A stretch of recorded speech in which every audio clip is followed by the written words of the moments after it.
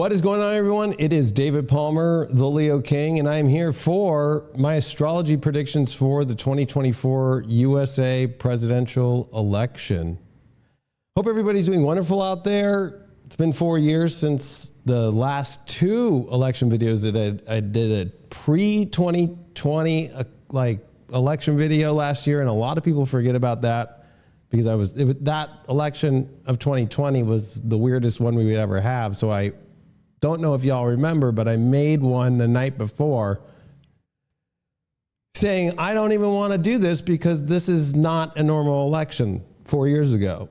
And a lot of people forget about that. And it's up on YouTube. And for all the critics out there, I didn't want to have to put my name in a hat because I said, this is not even a real election. Of course, this one's different. And of course, I take a different approach as an astrologer than many others out there. A lot of people have been putting out their predictions as astrologers, and you're going to get a different viewpoint, especially the mundane astrology viewpoint. Of course, I'm going to be looking also at the charts of the candidates. I'm also going to be looking, though, at the history tied to the transits that we're in right now, the inauguration day, the certification of the electoral ballots that'll be brought in by the states. I'm also going to be looking at a lot of different charts. I'm going to be looking at this from a completely different angle. And you're going to see things that lean one way completely and just be like, geez, then that's going to be the side that wins. And then there'll be a contradiction to that that'll make you see the other side. So to actually properly predict this election is very difficult. It's not something that I take lightly. It's something that I'm not just sitting up here and just whimming. And it's something that I've taken my time to process, not just today or not just last week, but gosh, the last 4 years. I think we can all say that if we take a breath for a second before we even go into this, that the last 4 years, ever since Saturn and Pluto met in Capricorn, that politics are a very extreme and very taxing spiritual vibration that we're all experiencing. But it's part of what we have to go through as a collective and as individuals in astrology. I mean, Saturn and Pluto transits aren't fun, but they do bring us to some really positive evolution, especially when it comes to dealing with the harder things. And that harder thing is looking at the corruption that we see in government, the pretty much powers that have tried to take control of us. And you have to put that as a whole. You can't just say it's one side or the other. It's both. It's both. And so add Neptune and Pisces to all this, which we've been through since 2011, its first ingress, and then 2012 saying, all right, I'm here. And us finishing that transit, the media, the confusion, the deception is at its highest. We also are dealing with the other two outer planets that are at the end of the signs, Uranus finishing up here in Taurus, and Pluto literally finishing in Capricorn after its ingress in 2008. And here we are at the end of 2024, and within literally less than, well, today is what, the 16th? So within about 33 days, Pluto finishes its transit in Capricorn for the 16-year transit that it did, and continues to go on longer journeys as it continues through the end of the zodiac. And even when it finally crosses into Aries, it goes longer and longer. It goes super long. So you have to remember, one, you've lived through the fastest that Pluto can go around in its orbit through, especially if you look at it through tropical zodiac and the astrology, from Cancer to Capricorn. I mean, from 1930 all the way just to 2008, you saw it go through half the zodiac. It's different on the other side. It's a 248-year transit. And also it's Capricorn and Cancer where Pluto descends literally into the underworld and also rises out. So in Cancer is when Pluto rose out, and that's where you see the world go through such extreme changes over the last 100 years. And then in about 2018, Pluto actually descended into the underworld, and it will never pop out in our lifetimes again. And that's where it feels this Pluto-Saturn energy more extreme. Plus, we have to remember that we're also dealing with the planetary nodes. And so if you actually were to look at the planets of Pluto and Saturn and see where their planetary south nodes are, it's a Capricorn situation. And we'll be talking about that as well. I know that I am a figure in the astrology community that I have so many supporters, an insane amount, and I also have just the same amount of haters. And I'm not here to talk negatively about that. It's something that it just is what it is. I want to present this information where people just realize, like, hey, I'm coming from the astrology and the history. I was one of those astrologers in 2016. I was one of those first ones literally on Astrology Hub that was making those predictions that Trump would win the election, and a lot of people were unhappy. It's still out there on YouTube, in 2016, was in Portland, Oregon the night of the election in 2016 and predicted Trump would win, and he won. And I had to talk and be with a room full of people who 90% of them were very unhappy, and remind them of the higher spiritual understanding, and also walked through the riots and watched for my own self in Portland after it happened. So when it comes to being an astrologer, very involved in this process, you can just know that I've been very involved in it. I have the most controversial videos about that in 2016, and then in 2020, I have the most controversial videos about saying that the election would be rigged, and that also at the same time that if it isn't, it would have been a Trump victory that night. And also, I will say, just to go back before we go to 2024, I still feel that there's going to be information that comes out by March into April of 2025 that will blow people's minds about the actual 2020 election. But going on to the 2024 presidential election. Let me just make sure we're all live here. I'm doing this live, and I'm not going to be doing it like 3 or 4 hours like last time. So I'm good here. So we're also streaming on highvibe.tv on our apps and website, and making sure that the High Vibe crew's all in. Yeah, okay. All right. Now, I have a lot to cover, and I'm going to keep this really simple at first. And that way, we're going to lead into this very easy and very clear to understand. There's plenty of astrologers who are going into everybody's zodiacal, releasing their Hellenistic astrology, every part, and trying to go based off the individual candidates. And I am going to do parts of that. But to be able to predict that, there's going to be a plague and on January 12th, and you're going to see, of 2020, and you're going to see this happen, you're going to see this happen, you're going to see this happen. It was all based off understanding how to do mundane astrology. So the same thing applies in presidential elections. And I just want to remind people about that. So, of course, this is me doing my thing here. All right. And the first thing that I'm going to have us take a look at is the chart of the election day in America. The reason why is, what is the vibe of this election? And does it have ties to parts in history or any other mundane parts in the astrology that we've been seeing? Well, one, I reminded you all that we're dealing with planets that are at the end of signs, especially the main ones are the outer planets. They're the longest transits, so they have the most effect, especially as they're making their exits and their new ingress into new signs. Neptune at the end of Pisces, 27 degrees. It's still retrograde on November the 5th. Pluto finishing in Capricorn.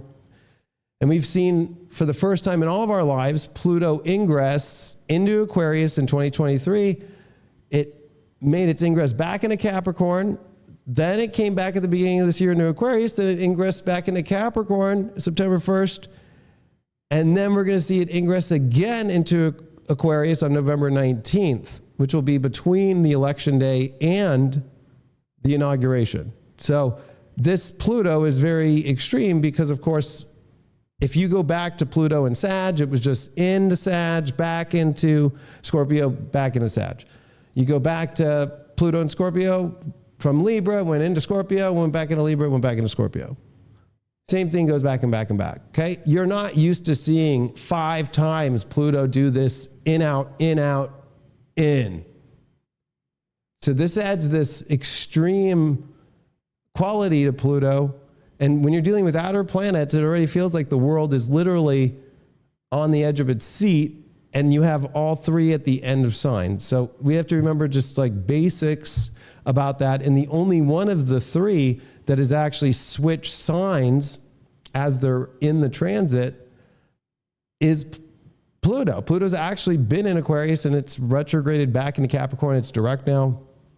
And of course, America, if you were to understand whether you want to use July 2nd, July 3rd, July 4th, so many people have different dates for the Declaration of Independence.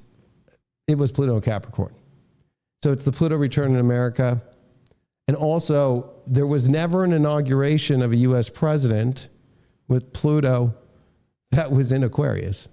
This will be the first one.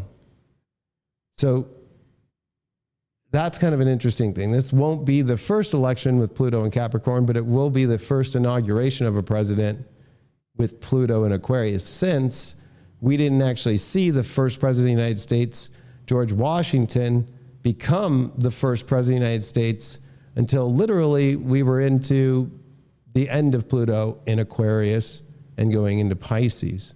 So it's for us to see the transition of an election day to an inauguration with 2 different Plutos, especially at this line in this place, is going to be extreme.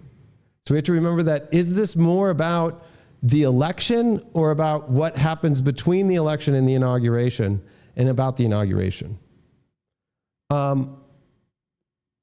The main transit, I would say, besides adding like those understandings of those 3, is 1, we are dealing with the Pluto return, so I would say that's one aspect. 2, we're dealing with the Neptune at the end of Pisces, and the last time that we had an election with this same transit was the 1860 election, which of course led to a civil war. This was during a Revolutionary War, just the energy of, really, if you want to use who was the leader at that time, the Continental Congress. Of course, it had a president, but of just the Congress. It wasn't anybody who was actually directing orders, and actually it was George Washington as the commander of the Continental Army, and he was chosen as that in 1775, and pretty much was the only quote-unquote leader making the biggest moves until 1781, until the war, of course, had ended, and we had stepped into finally ratifying the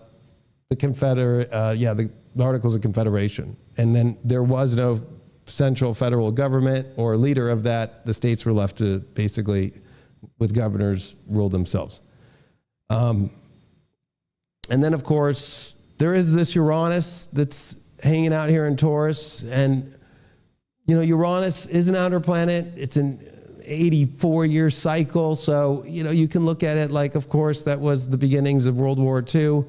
America had FDR as the president, and there was the weird aspect of FDR going for a 3rd term, which of course he did in 1940, and then of course for his 4th term in 1944. And so that's not allowed anymore in American politics, and to become president, you can't run for more than 2 terms. So technically that kind of adds a new Uranian element to things right now. The big one, though, is Mars. Mars, of course, getting ready for a retrograde that's going to happen, of course, in between the election day and the inauguration day. And that Mars is going to be at 0 degrees of Leo on election day. I said it for actually midnight, November 5th from Washington, D.C. And what's interesting is that Mars retrogrades December 6th, So, Mars is really slow at this point when it's going to be happening. And it's only doing 20 minutes a day at that point. The other thing is it just has left Cancer. It's in Leo, and it's in opposition, of course, to that Pluto. And what's interesting about this Mars-Pluto opposition is, of course, it's very volatile. It's very extreme. It can also bring up extreme violence, wars. And so there is going to be a lot of tension around Election Day, to say the least. But what's really interesting to me is I wanted to compare this to, well, I guess we'll finish here first. We're going to see Venus and Jupiter in opposition, with Jupiter retrograde. We're going to see the two benefics in opposition. And the moon going to be in Sagittarius and crossing over that Venus that day and finishing in Capricorn by the end of Election Day. That's kind of interesting. And, that's the other thing too, is Pluto dispositing Saturn at 12 degrees of Pisces, and that stations direct on the full moon in Taurus, which is going to be that quarter square that'll be just happening when it finally comes into Aquarius, about 3 or 4 days after the election. And then, so it's about a week and a half to 2 weeks after the election, Saturn stations direct. And I think that's around the 15th. And that's going to be interesting because right before Pluto ingresses into Aquarius, Pluto being in Capricorn, dispositing Saturn, is going to really amp up that Saturn energy. So there's something about something happening in between the Election Day and the Inauguration, again, in every theme. But I want to remind people about Election Day 2016, because there's more common denominators about that. The main one being that 29 degree of Capricorn where Pluto is. And of course, Pluto's the longest planet out as far as transit wise. And so it's going to have the deepest effect.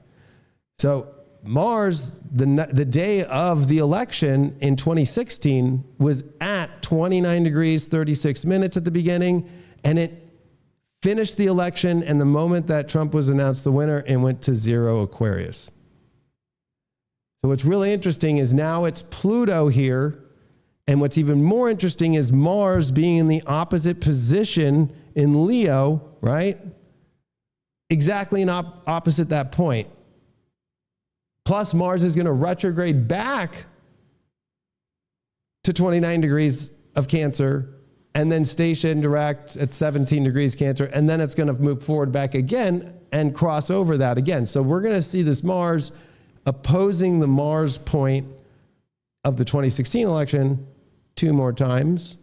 And even just the days before, like 24, 48 hours before the election, that Mars is going to be exactly in opposite Pluto and exactly opposite the Mars point of the 2016 election. And that's what's really interesting. That 2016 election is very much tied to this, especially with that Mars being at the end of Capricorn. Plus, if you think about it, Pluto went stationary direct at 29 degrees and 38 minutes of Capricorn. And so guess what? If you look at it, boom, there's Mars right there, 29 degrees, 36 minutes, and it went to 0 Aquarius. And that's what we're going throughout from as you're watching this through the election through November 19th. So it's weird, like it's like a long period that we're actually experiencing this. And I think it's extremely interesting too. It was also another day where the moon was in a sign and ingressed into another. So when also the moon crossed into Pisces, leaving Aquarius, that was also when Trump won the election. So there's some interesting ties about the moon shifting. The other thing too, Neptune and Pisces with the south node, and that was in square to Uranus, to Saturn. And that was the Saturn-Neptune square, which at the time I was talking about the media deception, the South Node, Neptune, and Pisces. Pisces deals with media. Of course, Uranus was still in Aries, and there was the squares to Pluto still, and we're in a Pluto-Uranus square in, again, not exact, but again, when Pluto ingresses into Aquarius, but right now we're technically not. But I would say it's interesting now that Saturn is with Neptune in Pisces. So Saturn and Neptune were in square in the 2016 election, and that was the interesting aspect of the 3/4 part of the square and the waning part of the square. And so now Saturn is with Neptune, and they're both in Pisces, but they're not going to meet in Pisces. They're going to meet in Aries exact 2026 in January. But what's really weird is in 2025, they come both into Aries. They don't meet, which is almost like the craziest thing I've ever seen in my life, that they do not actually meet there. And then they both retrograde back in Pisces and then come back into Aries. So this is another tie to the 2016 election, seeing that Saturn has now come to finally conjunct and be with Neptune. And what's really interesting is that square that was happening, what we were seeing in the media and being told isn't what actually happened. And there's been that theme with Neptune and Pisces. Now, to come back one more time, mundane-wise, what I'm going to do right now is go, how do I look at this without getting lost into the weeds of the individual charts like I'm seeing everybody else do out there? And that's fine. I'm not saying they're doing it wrong. We all have our own ways to do it as astrologers. But to me, it's like, okay, Neptune at Pisces. Now, why is that important on election day and through this process? Understanding the hierarchy of the planets.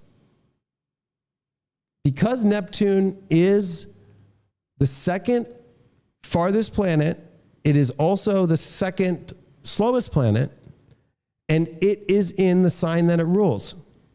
So that means no matter what's going on, and of course, if you look at this chart, the only planet that actually is in its home rulership is Neptune. So that means if you were to actually do the dispositing hierarchy, Neptune is the ruler. Neptune is the planet that no matter where you start dispositing to get to the hierarchy of the rulership, you get to Neptune. Whether it's Pluto that's dispositing Saturn and Saturn's in there, oh, okay, well, Neptune's in there too, and Neptune's the ruler of that sign. So, Neptune's a big part of this. And I would say the other big part of this is Pluto. And what's interesting is we're starting to see these outer planets make their sextile. And we're also starting to see Uranus sextile over to Neptune and Uranus and trine to Pluto. That's what the next 3 years of the buildup is about, are all these outer planets actually coming into a nice harmony here. But this is them not fully together yet, and they're all in the signs that are going to be what are going to be our past. But in the future, they're all going to come into some sort of amazing harmony here. But that connects us with 1776 through 1778, the change of Pluto Capricorn into Aquarius, and then the 1860 election. And really, these degrees, 27 degrees through 29 degrees, it deals with the we could use 1856 if we really want that, 4 years of where we've seen Neptune just in the last year alone to the 1860s. So we could use the 1856 election to the 1860 election. We can also use some of the other points that I'm going to draw about that. So really, I'm going to be using these and then the prior understandings, especially around this, and what were the leaders that came in during those past times, and where are those interesting correlations in history. So we'll start with that 1860 election first. And I think that is what because Neptune is in its home sign, it's at the end of the sign. And more importantly, in American politics, we've actually seen it before. We haven't seen America established to have elections and so forth with Pluto and Capricorn into Aquarius. We haven't seen that. So the stronger place to use is Neptune. Now, a good way I'll start to bring this up, and it'll be this. We could do the 1860 election. Now, I'm sure a lot of people know it. But the 1860 presidential election is the election that had 4 candidates, which was really interesting. And it was a split in the Democrat Party. It was also the end of the Whig Party and the Republican Party taking the old Democratic Republican and taking the Republican name and transforming the Whig Party into the Republican Party. And then the Democrats basically split into the Northern and the Southern Democrats. And it was a very controversial election because of the 1857 decision about a Supreme Court case, the Dred Scott versus Sanford case, which started the Civil War, right? The Civil War was based upon everything from bleeding Kansas, territories that were becoming and wanting to become new states and choosing whether or not in their elections if they were going to be slave states or free states. And what I think is really interesting in the correlation is this whole election seems to be about abortion and the Supreme Court decision. So it's again another situation with Neptune and Pisces where a Supreme Court decision, which interesting enough there was this really odd space to where, well, we live in a free country. It's not like there's an amendment saying that you can have slaves, but it talks about protection of property, and people were known as property back then. So the South was, trying to defend and say, hey, listen, the property of people, that's my people. And so I'm allowed to have that, and the federal government shouldn't be involved with that. And I think it's really interesting too, because there's this whole, okay, let the states choose with the abortion rights issue and get rid of,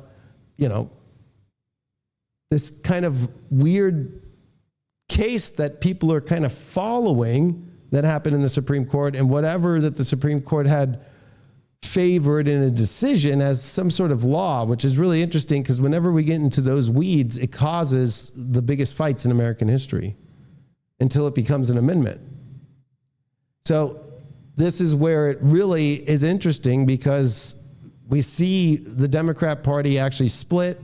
And if you actually look at this electoral count and vote with 4 people in it, Lincoln, of course, wins. But I want to draw some interesting correlations to what we're seeing right now. Did you know that Abraham Lincoln was not on 10 ballots in 10 states?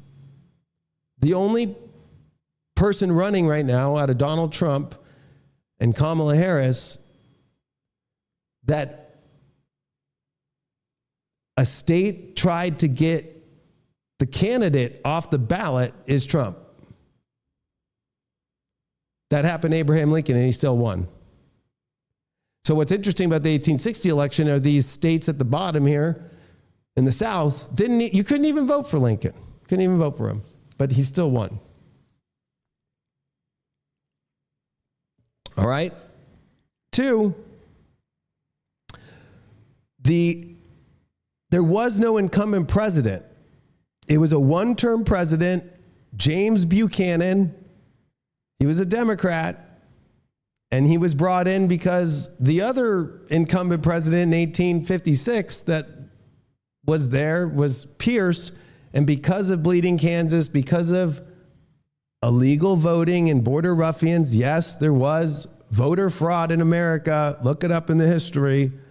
That happened with Democrats that were forcing people to double vote in order to try and get Kansas a new territory to become a slave state, and getting people from Nebraska and other states to be the border ruffians and kill people and double vote and force new territories that didn't have much enforcement or law enforcement to force to become slave states. And that created a massive issue called Bleeding Kansas and the Kansas-Nebraska Act that Pierce, as the president, supported, that created the fiasco over the years that got James Buchanan, which is very weird that we saw with Joe Biden only to run one term and now pass the baton to his vice president.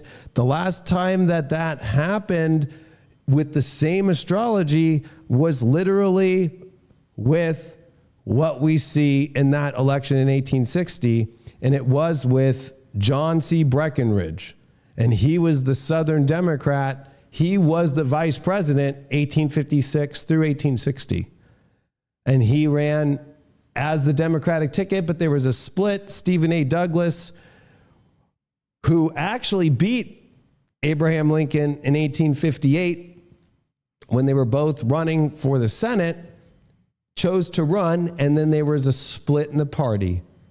And there was a coalition that was trying to be made by John Bell, who was running under the Constitutional Union, who was like, we're not going to mess with any of this stuff.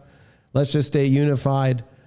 Stephen A. Douglas chose not to join with John Bell or with Breckinridge. And even though he was more of a Northern Democrat, it caused a huge split. There was actually 2 conventions, which is kind of interesting.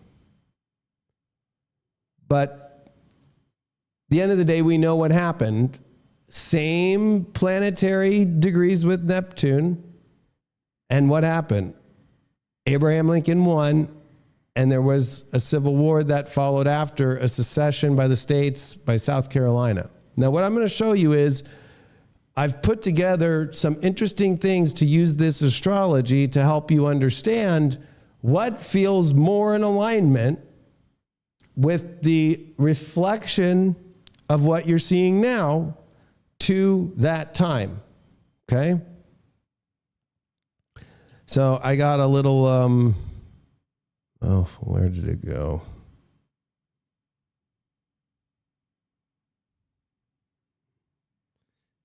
I guess I could do it this way. Here we go.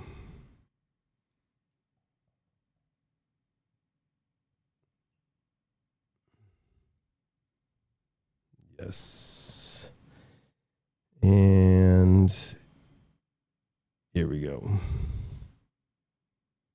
So they portrayed Lincoln, and these are, and I have actually the old stories in the newspapers in 1860, because it's about media, Neptune and Pisces. 2016, South Node Neptune, the Saturn square, it was about media. Now we have Saturn and Neptune, and we also have the South Node that's no longer in Pisces, but we have the North Node that's heading towards Pisces. That's going to be happening in the beginning of 2025.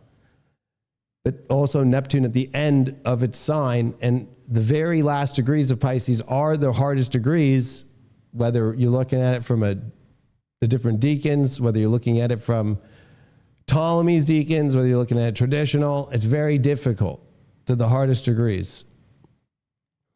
So the media outlet suggested that Lincoln's election would lead to immediate emancipation, resulting in social and economic chaos in the South. From the Charleston Mercury in South Carolina, November 3rd, 1860, the election of Abraham Lincoln is the greatest evil that has ever befallen this country. Threat to the Union and instigator of the Civil War. Critics argue that Lincoln's election would inevitably lead to secession of the southern states. So that was happening. Or here was an expert, and I actually have this, one of these things for you to see. Lincoln's principles are founded upon a hatred of our institutions.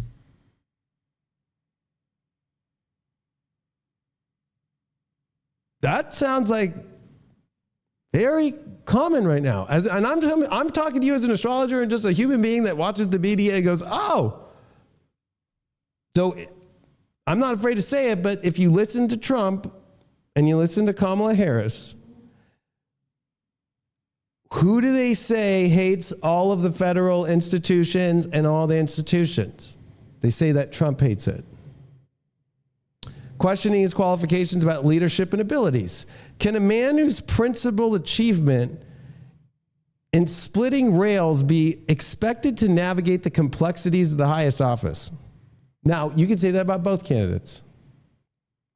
Mockery of his physical appearance and background. That's kind of happening with both, but let's be real. They're putting naked balloons of Trump everywhere, right? Political cartoons depicting Lincoln as awkward or unsophisticated, although I see it in meme world on both. Accusations of hypocrisy and political opportunism. Claim that he had inconsistent positions on key issues and flip-flopped. That's a Kamala Harris thing. In October 15th, 1860, Lincoln's indecision is unworthy. The anti-immigrant and anti-Catholic sentiments. So this one's really crazy. The criticism that was in the Baltimore Sun on September 20th of 1860 was that it suggested that Lincoln and the Republicans were hostile to immigrants. Well, that sounds exactly like what I'm hearing right now in the media and the news. Lincoln's election may lead to policies that overlook the contributions of immigrant communities.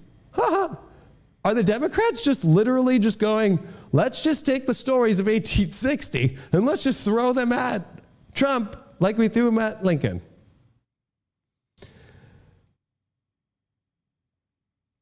Now that was like a little detailed analysis one that I have. I actually have a interesting thing from Lincoln's own Cottage website. So what they did is, if Lincoln were in social media world today, it would be about the Never Lincoln movement. Like there's the Never Hillary after the Bernie Sanders situation. So that's why I bring up the 2016 election. Remember that in that DNC, and it came out that Bernie Sanders, they pushed out to force Hillary Clinton to be the nominee. What's really interesting is if you look at what happened in this election already, you've seen Joe Biden get pushed out and Kamala Harris be pushed in. That's not a good sign with Neptune and Pisces. It doesn't fly. Neptune was in Pisces in 2016, and it's in Pisces here in 2024. You have to give Joe Biden credit that in 2020, he had to actually debate himself and actually get the votes to become the nominee. But there was even questions about that too, if you don't remember.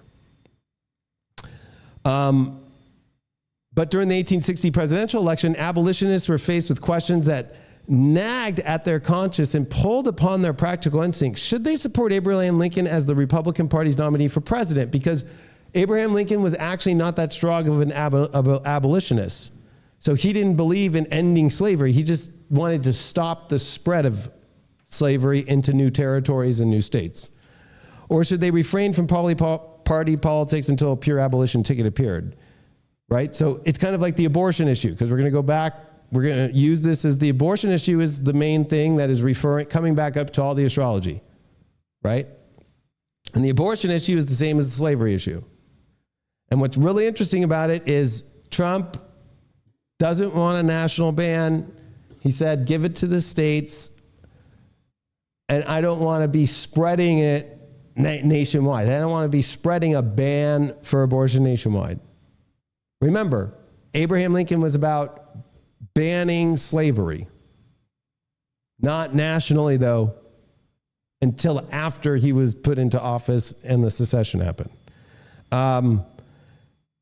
But it might be peculiar that people decided to the physical and political freedom of African Americans would hesitate in supporting Lincoln, but a look back at their own words and the goals that were juxtaposed with the political stand made by Lincoln in 1860 reveals why many of the abolitionists, if given social media in 1860, might have empathetically tweeted Never Lincoln, that he wasn't strong enough. And what's really interesting is and I don't know if liberals know this, but in the hardcore, pro-life Republican world, they are extremely upset at J.D. Vance and Donald Trump for not being pro-life. Bet you didn't know that one. So the anti-slavery of Abraham Lincoln. So they were unhappy that they didn't consider him good enough as a Republican for the party purposes, but from being the man for the country's need, he was sort of a bland, respectable middleman between a very modest right and the most arrogant and exacting wrong, a convenient hook whereon to hang appeals at a once moderate anti-slavery feeling into a timid conservatism. So it's the same kind of thing. It's like, well, we know Trump can get the energy to get us in there.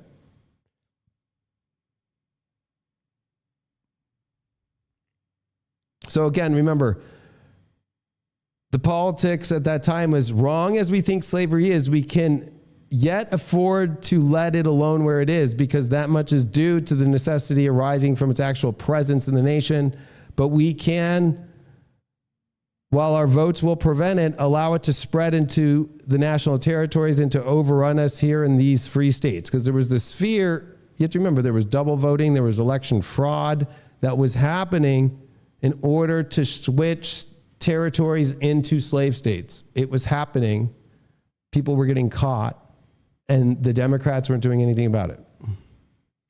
The Whig Party had been dismantled, and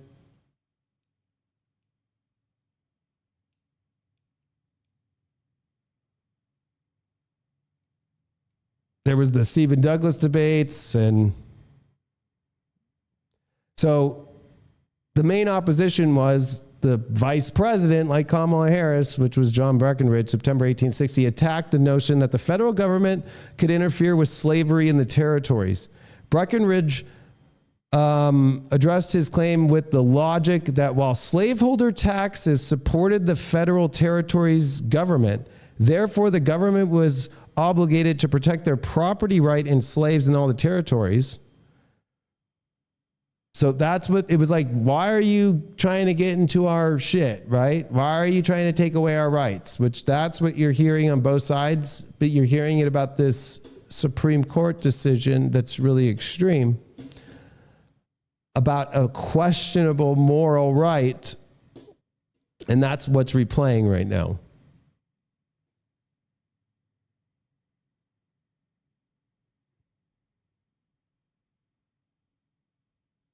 The other thing that I wanted to show here is I just thought that was extremely interesting for people to kind of like put their headspace into that.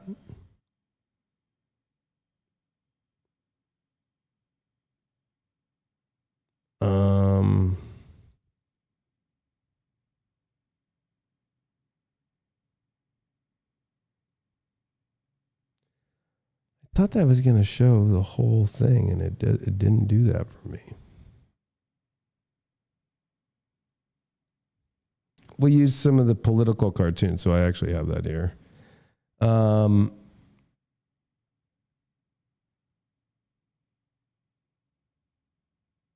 at the time, it was that anybody who was following Lincoln was in the lunatic asylum going towards it, which I think is crazy since, you know, they get so mad at Trump for calling somebody a lunatic or that they're insane or that they're retarded. The whole point of this is showing the irony in the rhetoric. So one question I have, and this is me showing you in bias, is it like, does the side that say that you are a lunatic and you're like fucking in an asylum lose? So that's what Trump says. This is why I said at the beginning of this, it's going to be very difficult with this Neptune Pisces, because you're going to see a lot of these really triggering situations on whoever's team you're voting for. But I'm going to show you some crazy stuff here in articles that were going on in 1860. Actually, I thought it would be a little bit clearer to read here, but I guess we'll have to skip that. We'll just go into the astrology. The Republican platform, which was May 17th, 1860 in Chicago, was pretty basic until you actually get deeper into this, and it really being about slavery, right? And that there was this talk about disunion, which I don't really see a talk about disunion, although there's this idea that Trump's the threat to breaking apart the union, which is an interesting take that the Republicans used against the South at the time.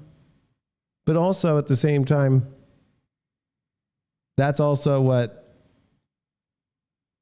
the South was saying about Lincoln too. So it's like both sides are playing that. So that's why you're seeing that right now. But a lot of this was also about the admission of Kansas.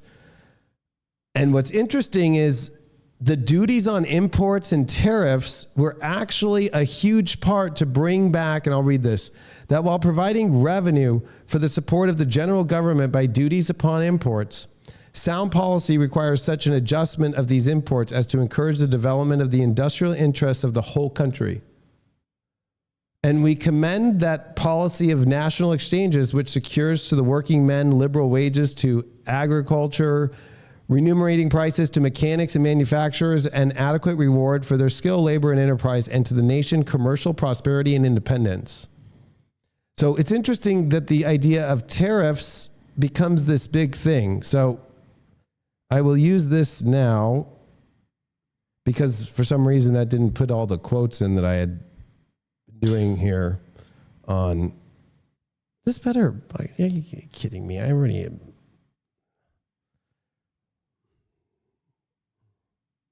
Thank you.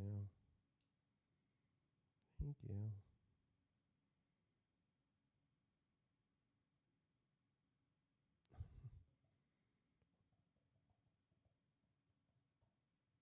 All right, thank you. Thank you.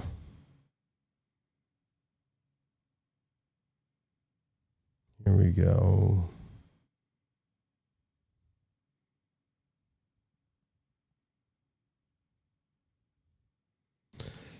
So here's some of the stuff that's the allegations that are really crazy that this, and I'm going to put this in the Trump favor. There's going to be stuff I'll put in Harris' favor too, but about the Neptune and Pisces transit that we're in, that's big. That he was a radical abolitionist. So you could put that as Trump is a radical trying to end abortion, right? The fear of social upheaval. Media outlets suggested that Lincoln's election would lead to immediate emancipation, resulting in social and economic chaos in the South. They warned that Lincoln's presidency would threaten the South. This is an expert. The election of Abraham Lincoln is the greatest evil that has ever befallen this country. It's not merely a political change. It's a revolution that subverts the Constitution and the rights of the southern states. You can replace that with the rights of abortion. Threat to the Union and the instigator of civil war suggested that he'd be responsible for ensuing a civil war. They're saying that too with Trump. Conspiracy theories claim that Lincoln aimed to provoke the South into secession to consolidate Northern power. There was also some other conspiracy theories that were going around too. Lincoln's principles are founded upon a hatred of our institutions. His presidency would inaugurate a reign of despotism, aiming to abolish slavery and subjugate the southern states. Well, that sounds exactly like, oh, Trump's going to come in. It's so funny they're saying it's from the Heritage Foundation, which is like part with Lincoln Project and all these other things, that he's going to come and abolish and take away everybody, women's rights to choose. Suggested that voting for Lincoln was voting against the preservation of the Union. Electing Lincoln signals a disregard for the delicate balance that holds our Union together. It's a perilous gamble with the nation's future. I could say that they're kind of saying that about both. Unfit for presidency, part of the conspiracy theories. Claimed that his background made him incapable of handling presidential responsibilities. That's kind of happening with both.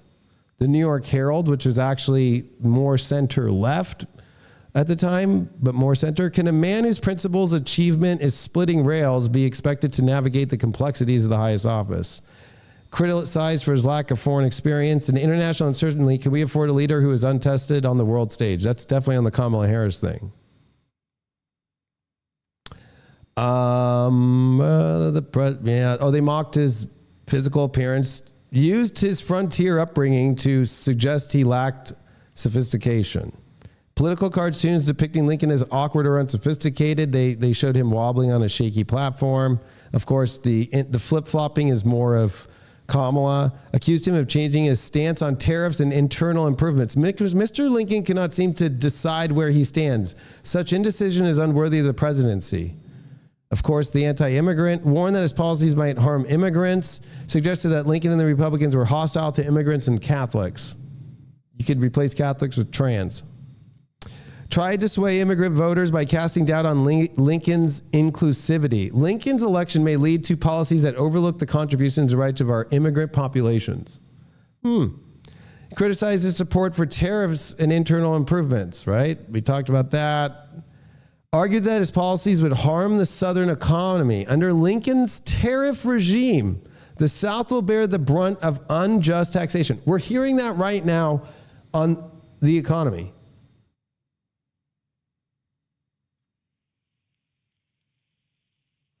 So for people out there who think that history and astrology don't mix, that's how astrology works. You use the history and it's the transits and it repeats. So I can't believe that I have not heard this from one astrologer who will not go into this at all. They don't want to talk about 1860 election. They don't want to talk about Neptune at the end of Pisces. They don't want to talk about that it's the hierarchy planet of the whole entire astrology right now. I don't give a fuck what you think. That's Hermetic truth. Neptune's the ruler right now of everything because it is the planet in its home sign and it's at the end of it. They also called him the Black Republican, used to associate him with, and now what are they doing now? Why does Trump have all the black vote? And what does Obama come out and do as a Democrat? How dare you vote for him? He's not for you. Denounced Lincoln as a threat to the social order. Lincoln and his black Republican cohorts seek to upend the social order, forcing the South into subjugation. Here's another one. Claimed that he was part of a plot to incite slave rebellions. Oh, now I'm going to switch gears for a second and go back to the chart of the election. With Pluto coming into Aquarius, it's about the rebel. And I'm going to show you this again in a different way. The Revolutionary War was about the rebellion. What's crazy, though, is Neptune in Pisces was about a rebellion. But it was a rebellion after a loss. And actually seceding. So if we think about this Aquarian energy, it's about the rebels. Now, I want you to think about the last time that Pluto was at the same position it is during this election, meaning 248 years ago, when we saw Pluto ingress into Aquarius, retrograde back into Capricorn, ingress back into Aquarius, retrograde back into Capricorn, station direct, and the 2 weeks before it ingresses back into Aquarius, like we're seeing, was November 12th of 1778.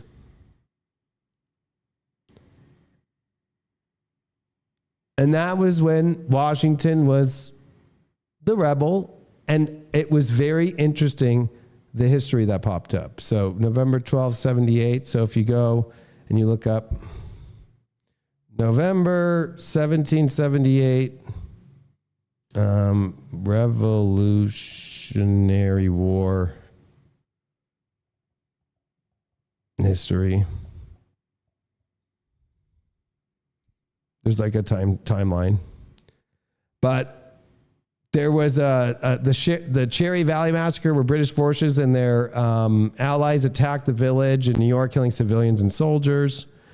But I have there's a timeline just on history here, and we can look at it going into 1778.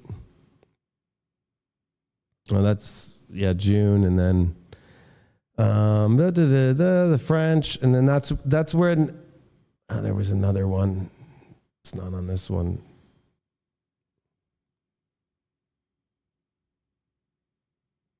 Here we go, 1778.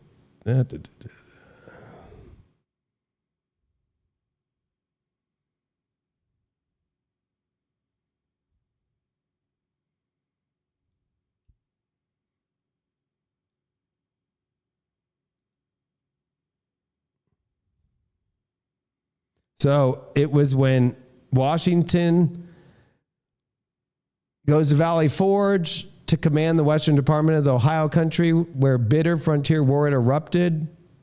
It's also where Washington creates his spy network. That's, I think, one of the main ones.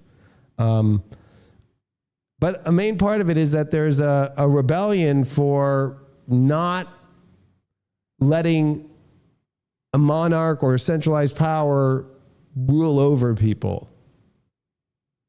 And so my point here on just one part of this is that the whole 1776 through 1778 of that Pluto ingressing into Aquarius back into Capricorn was about rebellion.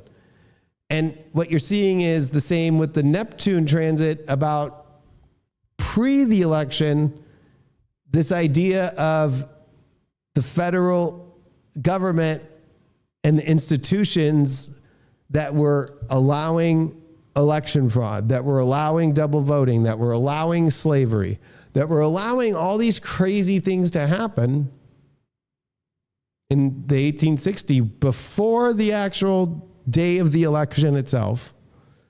It was that Abraham Lincoln and Republicans were rebels. And then you have to look at it, and that's what's so weird is then the South called themselves the rebels afterwards. And then, of course, in that Pluto transit of 1777 through 78, it was about rebellions, and it was about being the rebel. When you think about Kamala Harris, and I'm doing this as a mundane astrology, without even looking at the charts, she is trying to do the same old, keep the government going the way it is. Now, what I mean by that is keep all the institutions, don't cut any of them back. Don't just keep allowing them to do as they do, right? So that's what's interesting is there's definitely some more interesting stuff happening that's pretty easy to see. The other thing is the last time that Pluto was in Capricorn prior to that was in 1532.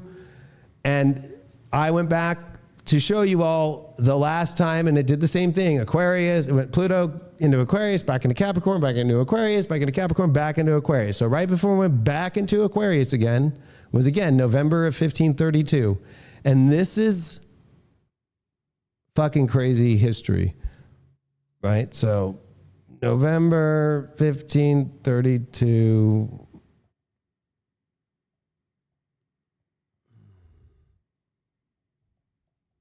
And there's a couple world events that were happening.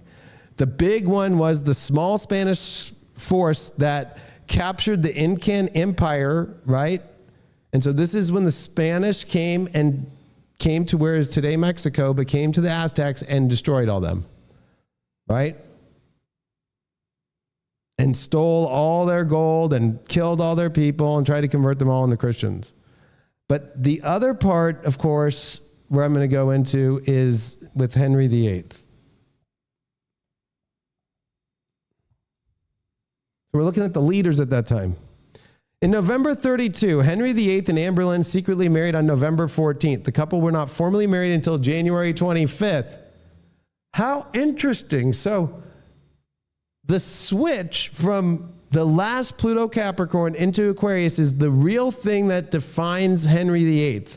This marriage to Anne Boleyn and his annulment with his wife, Catherine, who was really his brother's widow because his brother died, Arthur,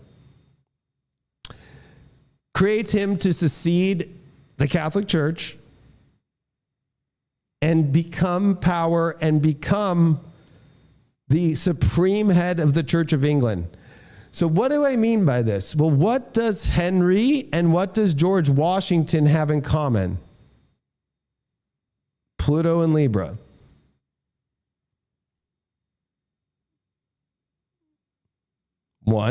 That's one of the things in common. Pluto and Libra. So King Henry VIII, born June 28th, 1491. Pluto and Libra, and Pluto square that position.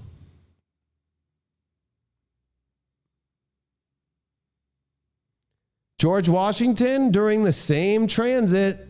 So we're looking at two transits, Pluto and Libra he was born with.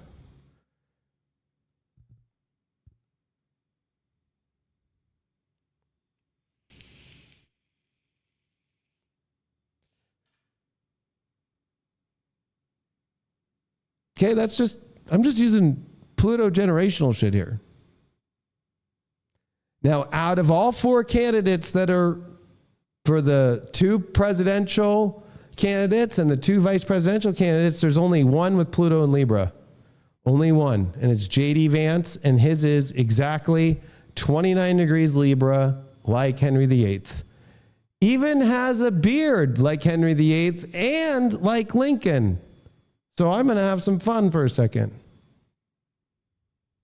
Now, if for people that are kind of new, I've been talking about this for a long time.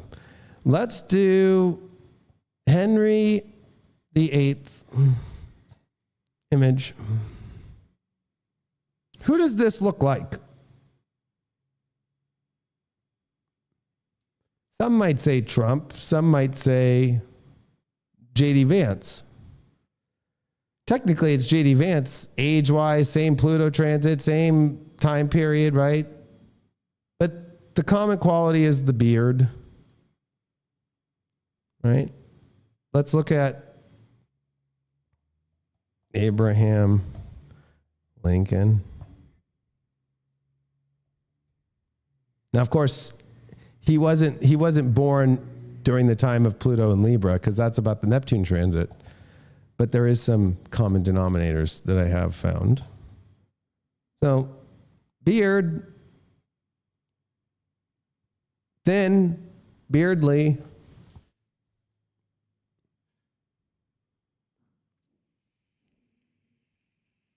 and from the Midwest. And then we'll do J.D. Vance for a second.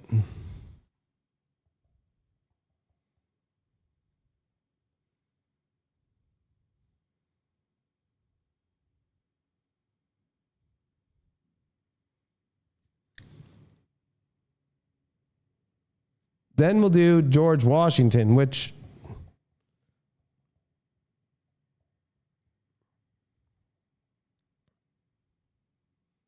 he's a Whig. Beards weren't really in at that time. But what do all of these have in common except Abraham Lincoln? They all fought in war. George Washington fought in war. Henry VIII fought in wars before he was king.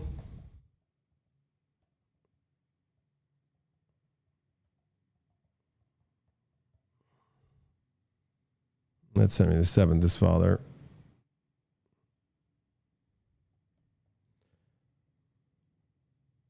Henry VIII fought in the wars prior. So if you think of 1513, right, that's right before the Saturn-Pluto conjunction in 1518, right? So that's like Pluto and Sag. That's like J.D. Vance when he was in the military fighting in the Iraq War with Pluto and Sag. So, George Washington, same thing. George Washington fought Pluto and Sag. And at the end of Pluto Scorpio in the French Indian War for the British. So there's a military tie to the Pluto Capricorn stuff. Then what's interesting is the Abraham Lincoln is the Trump thing. Now, the hard part about this is there's nowhere in history that connects Kamala Harris or Tim Walz in any way to any of that kind of history.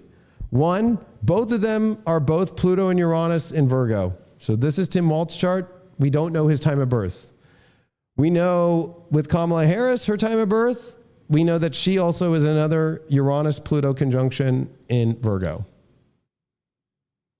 In all the history that I've done, including going back to the 1284 times when we saw the beginning of that Saturn, Pluto, and Capricorn, and then watching Pluto come into Aquarius at that time. That's during the time of Dante. That's during the time of the Holy Wars ending and Knights Templars and Popes, Pluto Librans. No Pluto Virgos.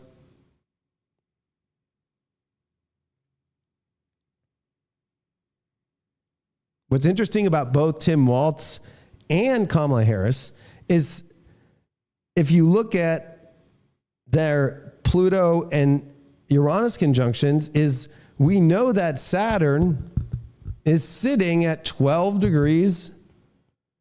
And by the time that we get to, I have it right here, the time that we get to the inauguration day, Saturn will be up to 16 degrees in Pisces with Venus. in that conjunction. And both of them are going to be having Saturn in exact opposition to their Pluto, Uranus conjunctions.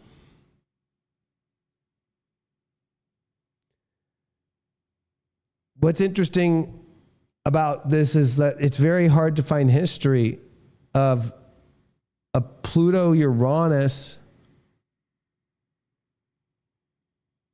Virgo president ever or leader in the world during the times when Pluto changes into Capricorn to Aquarius. They don't exist.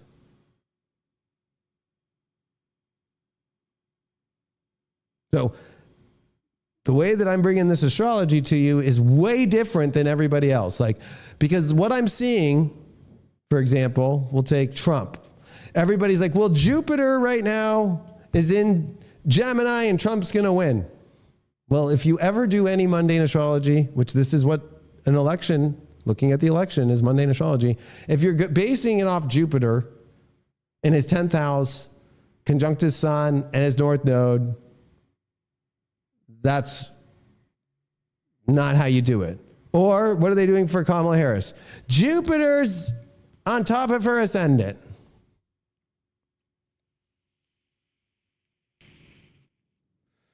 Okay.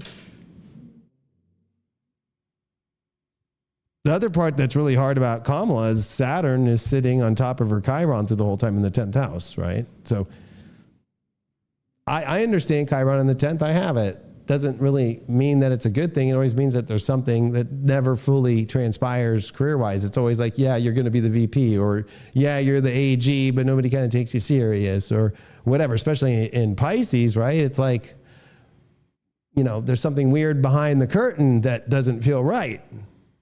Whether it's like, was it relationships that got you here, or what's the deal? And that's the issue with her, like Hillary Clinton. Hillary Clinton had a South Node Venus conjunction in Scorpio.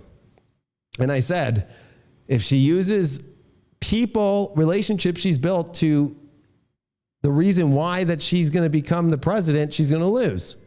And I based the whole prediction off the Trump-Clinton based upon the South Node Venus conjunction of Hillary Clinton. Meaning if she would have never been with Bill Clinton and would have done politics on her own and ran by herself without it being, oh, I was the Secretary of State for Obama. I was the one who was the First Lady. I was the lawyer in the beginning of the Nixon, case about Watergate, right? But that was better than, and that's where I met Bill Clinton.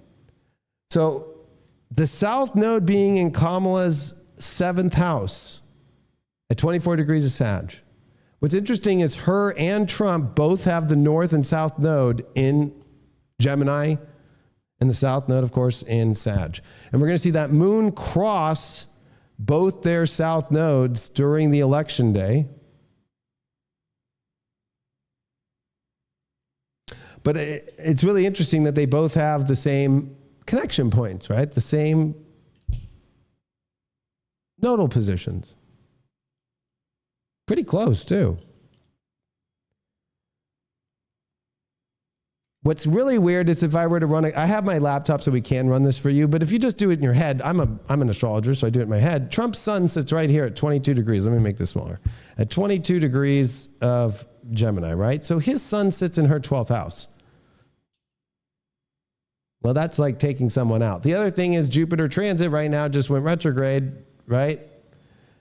At 21 degrees in her 12th. And she was born with Jupiter in the 12th, right? Uranus is sitting right here right now, right? So I don't know about anybody getting anything forward moving in their life, let alone some strong position in life, identity, when Jupiter's in the 12th house, retrograding. Or that the person that's running against you, all their stuff sits in your 12th house. Now let me paint you a different picture. With Trump, Leo rising, Uranus has been in square to his Mars, right? We do know that Jupiter is retrograding over the midpoint of his sun north node right now. And on the election day, Jupiter is on his north node. What's really interesting is J.D. Vance, his planets, they have a rising only 2 degrees apart. Both of them are Regulus rising. But J.D. Vance's sun, Venus, and ascendant all sit in Trump's 12th house.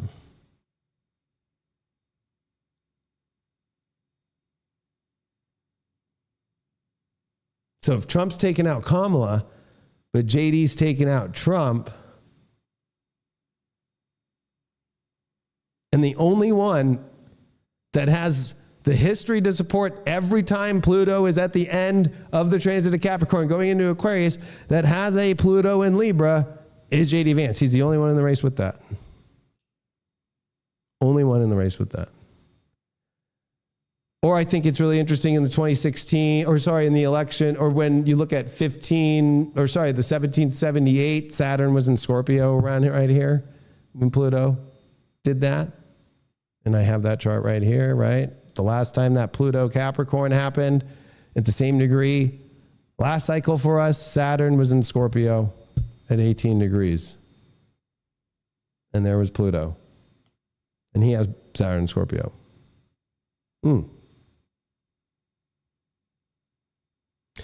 There's also another theme, a North Node Uranus. Now, we went through that in 2022 in Taurus, but I want to show you something else. Who has North Node Uranus? Trump. Trump has North Node Uranus. Who else has North Node Uranus?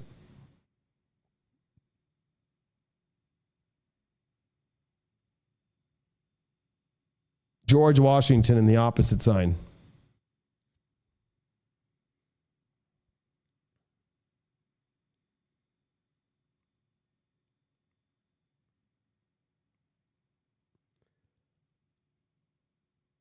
Also, the leaders of the Pluto transit all have the nodes in Gemini or Sag.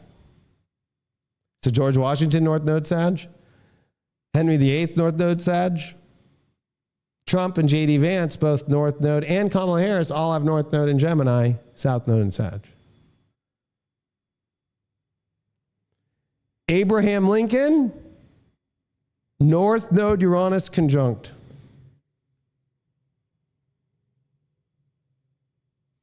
Or why don't I just blow your mind in another way?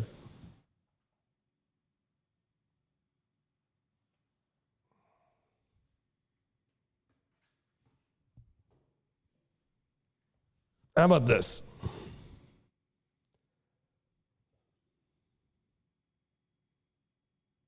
I do shit on the fly too. How about this?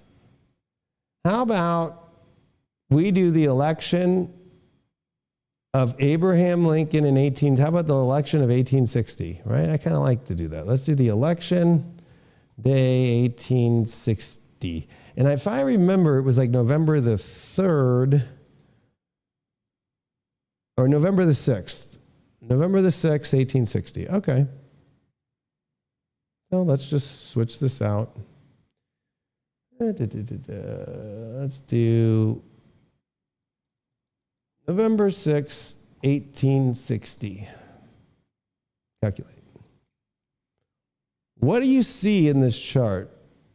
Well, let me get rid of that 2016 because I'm doing this as a video and it's official. So it's like, gosh, people are so picky. I can't believe everybody's like, the Sibley chart of America. Like, shut the fuck up. Just do it. It's the fucking chart of the Declaration of Independence. I'm sorry that Nostradamus and John Dean never called it a Sibley chart. Stop following because some podcast says to say it and you try to look cool. The Sibley chart. You know how retarded you are at this point? Like, it just means that you're just copying and trying to look like you're fucking doing whatever they fucking do. It's obvious what podcast you follow. Fucking, somebody had to say it. I can't believe it's like, you know who's trying to fucking butt kiss people to look serious in astrology because you call it a Sibley chart.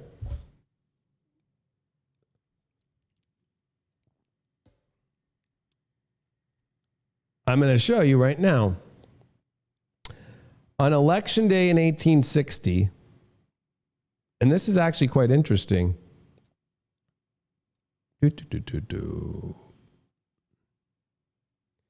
For the whole year of that 1860 election, the North Node was actually with Chiron in Aquarius. What's really weird is Chiron sitting here in Aquarius, right at 22 degrees. Abraham Lincoln's a 23-degree sun in Aquarius. So the North Node, the year that he was coming in to be elected, was the North Node in Chiron. But then they had split apart. So that's an interesting correlation. We're in North Node Chiron. And we had eclipses with Chiron, and there was eclipses then with Chiron in that whole year of it, 1860. And that happened. Now, what's interesting is Chiron being in Aries is returning in America, but at the same time, it's also all over Tim Walz and it's all over Kamala Harris. So, for example,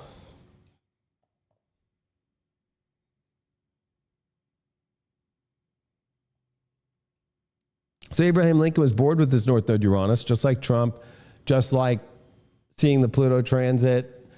That happened. There was a North Node Uranus conjunction. And there's just interesting things correlated with these North Node, Chiron, North Node, Uranian elements here. But see, you can see that Abraham Lincoln was a 23-degree Aquarius with a 23-degree ascendant. Now, who's the opposite of that? Is J.D. Vance, a sun in Leo and a rising in Leo. The only one that's, well, we don't know for sure with Tim Walz, but with that bald head and his rosy cheeks and Santa Claus kind of look, I don't think he's Aries ascendant.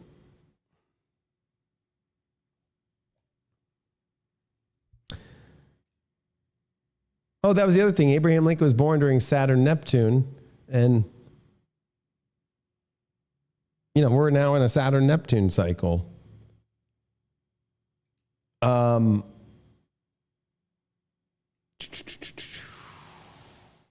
So again, the last Pluto transit was a North Node Uranus transit in Gemini that we're under. And it was heading towards the Chiron. So that North Node eventually would meet with Chiron, but I think it's in Taurus. But if we go to where Chiron and the North Node is, if we look at Tim Walz's chart, he's in Aries at 16 degrees. Chiron has just finished with him. The North Node's finished with him, but the North Node's going to be conjuncting his Mars. It is right now in Aries. It's hard to know without knowing his birth time. But both him and Kamala have Chiron at 16 degrees of Pisces. And so they're going through Saturn conjunct Chiron. Now, if it was Jupiter, Jupiter's the only planet, right? Zeus is the one that actually can get rid of the hardships of Chiron, because the sacrifice that has to be done for Prometheus is done by the power of Zeus to give the power to Chiron, right? So Saturn's actually a bad transit on top of somebody's Chiron. And that's where it is in Pisces. Plus, that's a Tim Walz life, Saturn and Chiron in the same sign, which we will start to see that in 2025. But is that something that's positive or good? But we can't deny that he has Mars in the best position in Aries and North Node's there. But you know who else has Mars in a strong spot is J.D. Vance in Scorpio. But that North Node on Tim Walz's Mars, dispositing his sun, which is an exalted sun. But of course, J.D. Vance wins that one again because the sun's in Leo and at home in dignity, and he's a Leo rising, and that makes it the strongest sun that there can be. The one problem with Tim Waltz is that Jupiter in Aries, Pluto's in square to that. So it's kind of interesting looking at these people's charts and going, yeah, you know, where are their correlations? Where are their things? I think it's interesting that Tim Waltz possibly has a moon in Aquarius. He could have it at the end of Capricorn. It probably feels more Aquarian because he does feel very, I mean, he like puts tampons in boys' bathrooms, or he's a control freak and he wants to do that. So that it could be Capricorn where Pluto is, but we know Pluto's all over his moon. So that's a very difficult transit, and also a lot of his own personal secrets and his own subconscious. And already that stuff's coming out, right?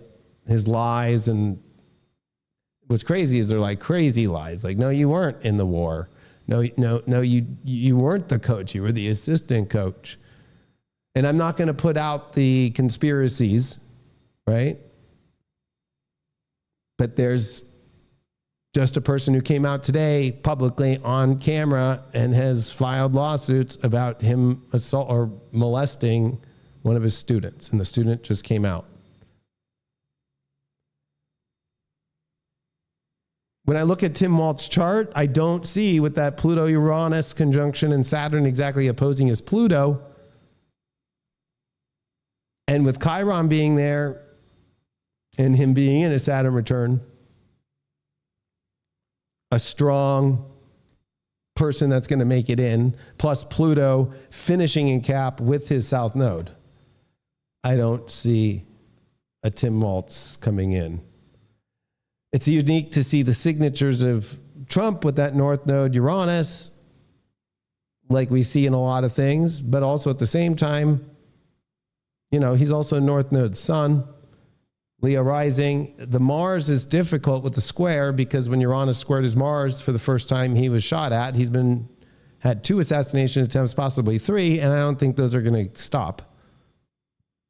Also, the Mars retrograde that's coming, that's going to happen at 6 degrees here of Leo and come back to 17 degrees of Cancer and come direct in April after the crazy eclipses we're going to have in March, is going to be not conjunct his Pluto yet, but is going to be conjunct his Venus and Saturn conjunction, which, you know, Venus disposits over to his north or his midheaven, and then Saturn his 6th house. But what's really weird is he has that Capricorn and Cancer that is intercepted in his chart. And I know that, you know, the astrology world has turned to this whole sign thing, which is cool with me, but the problem with that is you don't get into interceptions.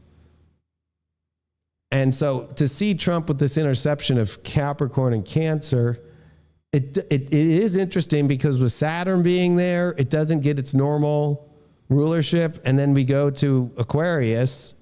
And if you notice in his chart, it was Saturn in Aquarius that beat him down the hardest. So the reason why you've been seeing a rise with Trump, in my opinion, is because Saturn Aquarius is over.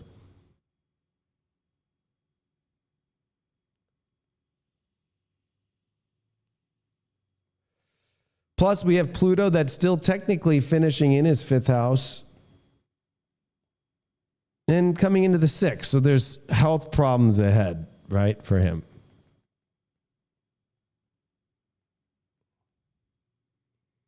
And that's what leads me to, trust me, there's a lot to go over when you do something like this. The Inauguration Day chart, which I have right here, the 20. All right, so on January 20th of 2025, that sun, which is always usually it is 0 Aquarius, is not going to be conjunct Pluto yet. It will just be ready to. Now remember, in 2024, the sun and Pluto conjuncted at what? 2959 Capricorn. So we have not seen in our lives the sun and Pluto make their actual conjunction. What was weird, though, on January 20th of 2024 was Pluto and the sun met at 29:59 Capricorn, and then it was weird. The sun moved into Aquarius in ingress, and then Pluto did, but the sun was in front of Pluto already. The inauguration day is another one of those, well, not yet, there's still space before the idea of the new comes in.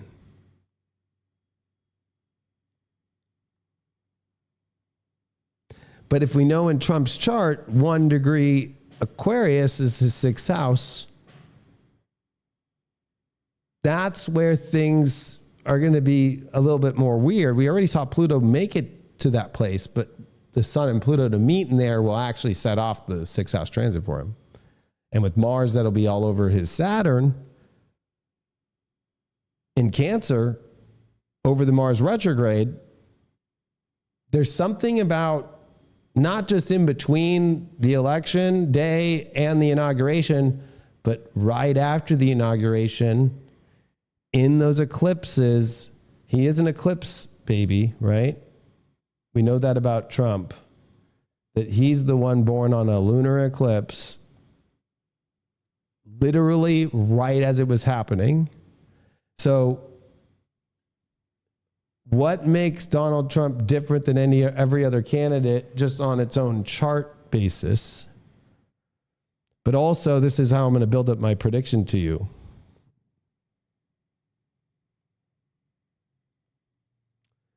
Okay.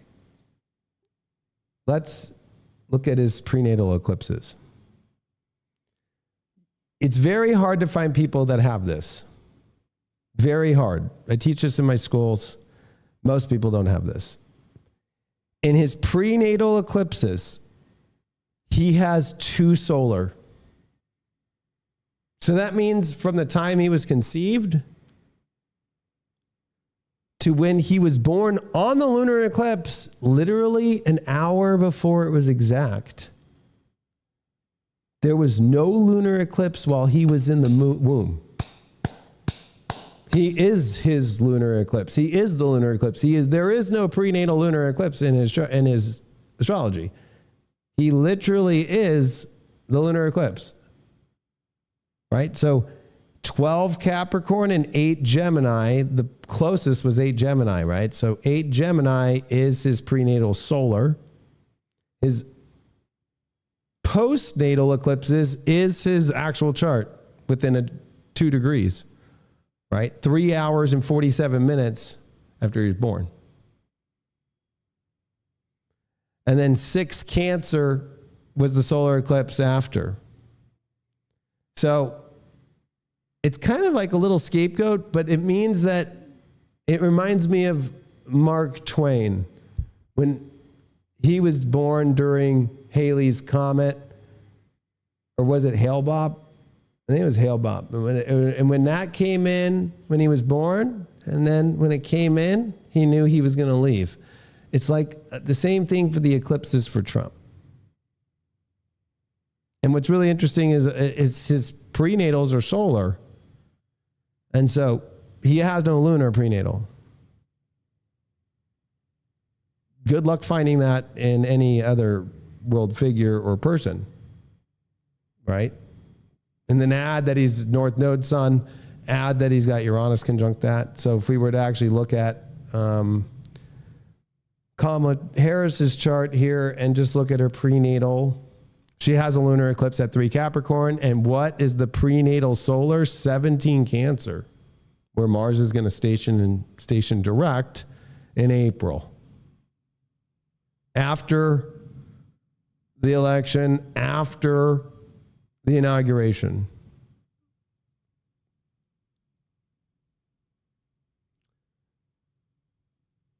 Her postnatal lunar is at 27 Gemini, and her postnatal solar is at 11 Sag. So that Mars in Cancer that's going to station direct at 17 degrees, that was the closest eclipse to her. And it was 103 days out. It's not as close or strong. She's also a full moon baby like Trump. Hers is exact, or his is a degree off, but hers was not an eclipse. It's kind of weird that we're under a full moon in Aries right now at 24 degrees. But that Pluto transit, so if we were to just kind of go for a second and like go, let's look at transits for her at this moment, or we could actually just do it for, well, let's look at this full moon for a second. The bi-wheel. And we look at the points. Like I want to look at that one point, like 17 Cancer. That's where Mars has already crossed this in shadow. When Mars went 17 Cancer, she started falling in the poles. So is this Mars retrograde good for her? No. Especially with Jupiter that's stationed retrograde in her 12th house. This is why I can't stand whole sign astrologers, because they just automatically think that Jupiter's in your first house because it's in Gemini. The problem with that is they're missing the understanding. I know as a sun in the 12th house, sun and rising in Leo, that Jupiter in my 12th house sucks. It's hard. And the moment it crosses the actual degree of the ascendant is when it feels like it's the first house. It does not feel like the first house when it's in. It only does when it conjuncts my sun. It doesn't until it has that. So what's weird about Kamala Harris is she had her Jupiter return in 2024. That would have made her feel like okay in that 12th house, but it means that she's dealing with some sort of, and there's rumors about this, but I was saying this a long time ago. She's probably on some sort of like prescription drug or something, that she's dealing with massive panic and anxiety disorder.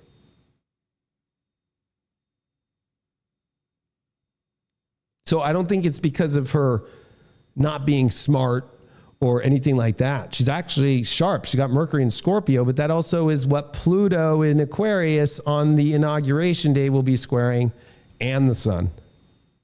And so that Mercury in Scorpio in her chart at 1 degree, she's not able to hide it. And there's a lot of things that are connected to that Mercury because she does have a Gemini ascendant. So that's her ascendant ruler. So with Pluto coming to square that, it's kind of like we're moving you to be something different, not rising to the next level. It's literally a completely new life, not as a president. But what's crazy is and I'm going to just start saying my predictions right now. I will not be surprised to see Kamala Harris as the president before January 20th, meaning something happens to Biden where she has to become the president. That's the only president she'll ever be, is the vice president taking over the presidency in the last part of this part, not the actual president that was elected.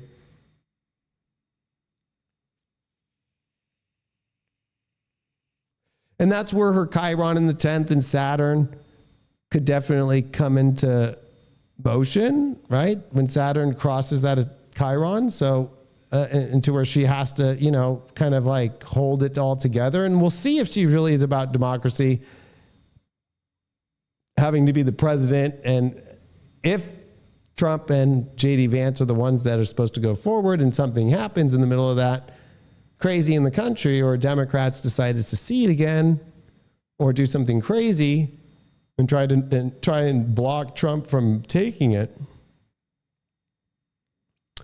which is not too crazy to say. But let's look at when that transiting Saturn will conjunct Chiron in her chart. January 3rd, 2025. And see, now that makes more sense to me. And you could actually extend that back to like during the holidays, like Christmas and stuff, like with Saturn, that'll be conjunct that Chiron that whole time in her 10th house. Neptune stationing direct as well. In the 10th, which Neptune does rule that midheaven. But that's about all she's getting. One other thing that I want to point out, and we'll use her chart, but we'll just like look at it for a sec. Like collectively, the North Node is going to be at 0 degrees of Aries as we're coming into inauguration. All of us on the planet are going to be in a draconic chart. Meaning, when you use draconic, you just move your chart with the North Node and all the planets are staying within the same degrees of their alignment with the North Node, and you move it to 0 Aries. And it's a true reset start for the world, where everybody's on the same page, let's say. It only happens once every 19 years. And at that point, yeah, it's happening in her 10th house. So it's kind of like a new start for that. But also Saturn's on her Chiron there. Neptune's there. And Neptune is on its way to come out. Jupiter still retrograde in her chart. And we're having that Jupiter-Saturn square from her 12th house to her 10th house. And so that doesn't look too hot. That's also Jupiter squaring Chiron in her chart. So it's like Chiron's kind of like the bad pill that you don't want to swallow, the bad taste, the bitter taste that you don't want to swallow. It's another way to look at it. And when you think about it with her presidentially, that would suck, being president for like a month and losing.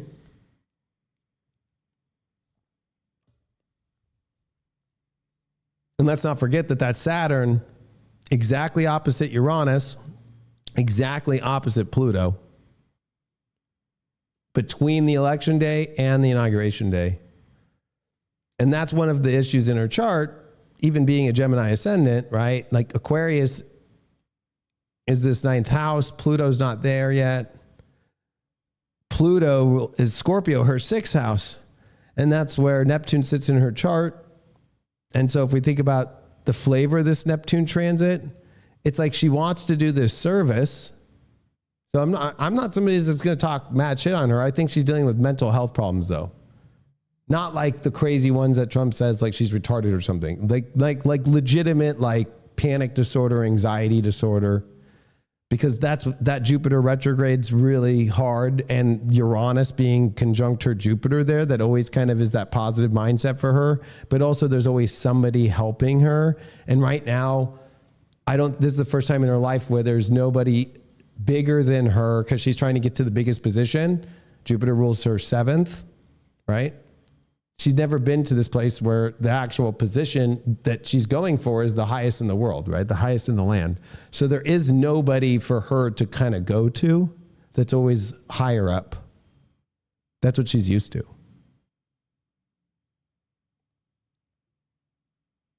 This also means like the stuff about her husband, right?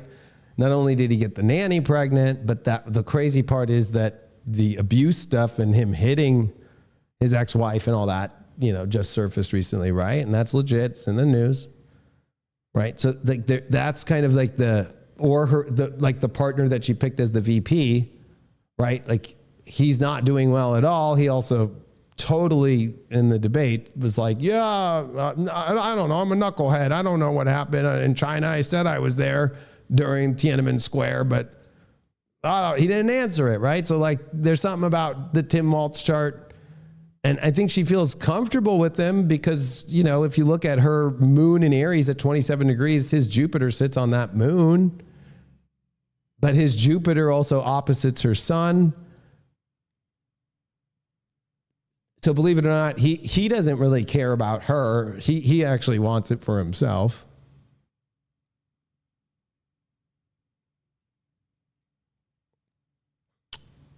I also think it's interesting that actually on this day that I'm looking at, January 3rd, is the day that the lunar return for America at 27 degrees of Aquarius is happening. So that would be really interesting to see. We also have to remember that Mercury will be on our south node that day, and then we are going to see the Mercury-Jupiter opposition with a Mercury retrograde, a Jupiter retrograde. That's going to be happening in between the election day and the inauguration day.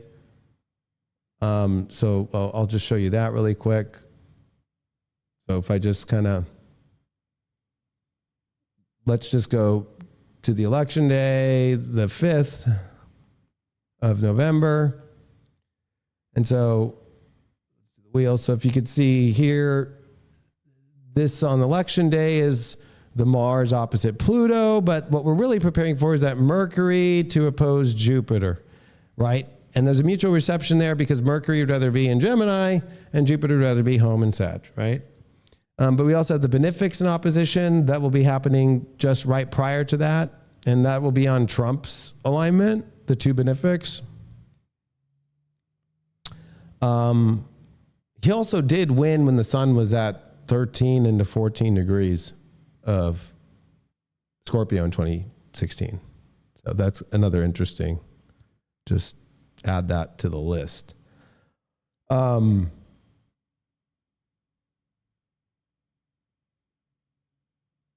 But I want to show you this right here. I can't. All right, just days. Let's look at that. Mercury opposite Jupiter. And this is where there could be confusion in the middle of this also. Mercury's opposing Jupiter here. But what's really interesting is the Mercury retrograde. So here, November 25th. And so there can be some extreme problems in this middle aspect with Mercury retrograde that's going to be opposing Jupiter, but it's happening at 22 degrees. So that's going to be a Mercury retrograde that's going to be on Trump's moon and his south node, while Jupiter will be on his natal Uranus. And so this Mercury Jupiter is going to be on his axis. But also, it's quite interesting that that Mercury retrograde and Jupiter retrograde is Jupiter is going to be in square to all of Kamala's Virgo, Pluto, Uranus, Venus, and Mercury retrograde is going to be in T-square to that. So there's more pressure on that, plus with Saturn. So Saturn, Jupiter square, Mercury retrograde square Saturn, right? If you have a lot of Virgo placements in the teens, like Kamala and Tim Walz, fucking gnarly. Trump doesn't have any. J.D. Vance's Mercury, I think it's 7 degrees of Virgo, but that's it. So again, more proof that in the middle of it, not good for them. And a confusion that, again, it's a mutual reception, so I don't think it's going to be the hardest. If anything, it's, I think, more of people trying to wrap their brains around what's happened. And this is where that Neptune in Pisces is going to get really weird as it's slowing down to station direct. So let me show you that, but I will go to the exact day that, why am I doing that? That Mercury opposite Jupiter, right? Here's the hours right here. This reminds me of some Nostradamus shit right here. If you're in my classes about predicting how he did astrology, look at this. Look at this day. This is 2 days right before the Mars station's retrograde. The moon will be conjunct Venus in Capricorn. So this will be square Kamala's chart, her full moon.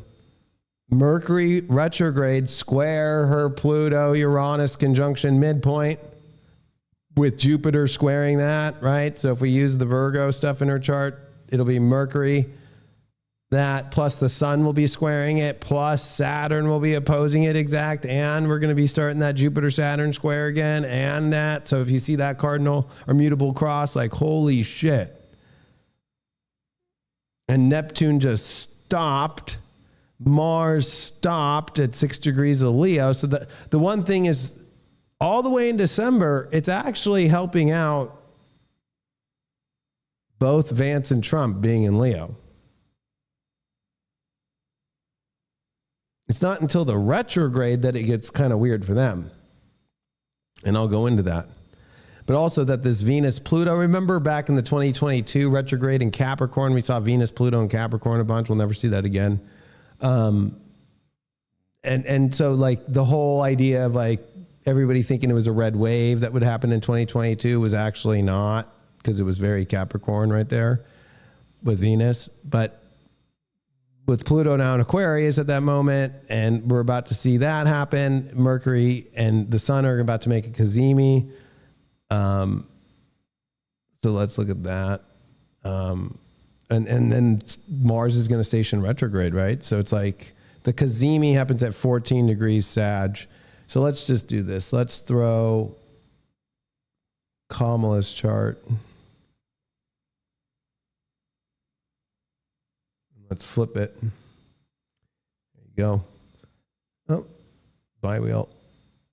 So look at this gnarly shit. This is where I think the confusion is going to be, because nobody's seeing what the confusion is. I think the confusion's not going to be about the election in the way that people think. It's going to be more about the odd weirdness of who's in control of the country. Because one, if Joe Biden either passes away or he can't fulfill the role anymore, right? Like it takes a while to get a VP in, and we've had many of times in America where a VP dies or a VP takes over and there is no VP for a while. Sometimes the whole term. So if you see this, this is going to be one of the hardest transits of 2024. The Sun Mercury Cazimi moment, square Saturn, and that's going to be exactly square her Chiron on the 10th. The opposition to Jupiter that's building, so Sun opposite Jupiter. And then if you see her Uranus and her Pluto conjunction and her Venus, 13, 15, 17, Jupiter square her Pluto. Jupiter square her Uranus. Jupiter square her Venus. Venus rules her 5th house, but it also rules her 12th. And Jupiter's in that 12th. So Chiron's getting blasted. Her Uranus, Pluto's getting blasted. That opposition is getting blasted. And, you know, Saturn's not really helping out too much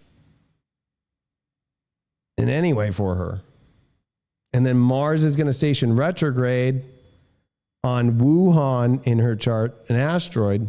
And that's where I think this Mars retrograde is going to be about swapping a VP to president in both. Meaning Kamala's going to be president for a moment, not from the election, but from being vice president in the middle of waiting for a new inauguration to happen to bring in the new Congress and the new president.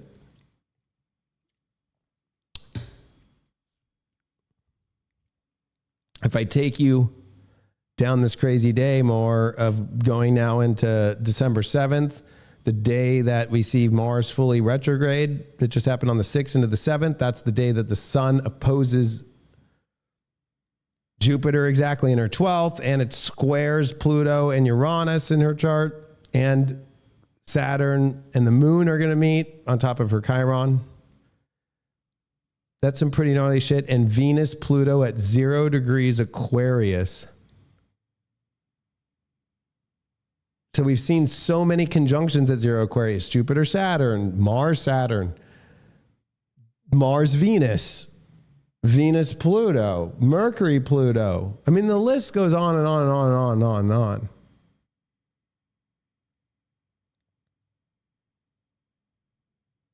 And then that Venus is going to be in opposition to Mars. You know, in her chart, it's really not doing much. If anything, that Venus, Pluto is going to square her Mercury, the ruler of her ascendant, and the co-ruler of Virgo, which is her 4th house. And she's got Uranus, Pluto, and Venus there, and the south nodes in that house.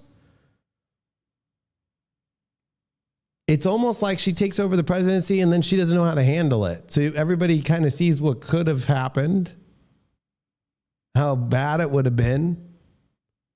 And I think that's going to blow people's minds because the country is going to be at risk and danger with Mars opposite Pluto. And I think where Trump could go wrong and where he has to pay attention in his chart, let's go back and let's use Trump now, is as all that's happening, as I just showed you, right? This is where Trump might try to become the president, even though it's not his moment.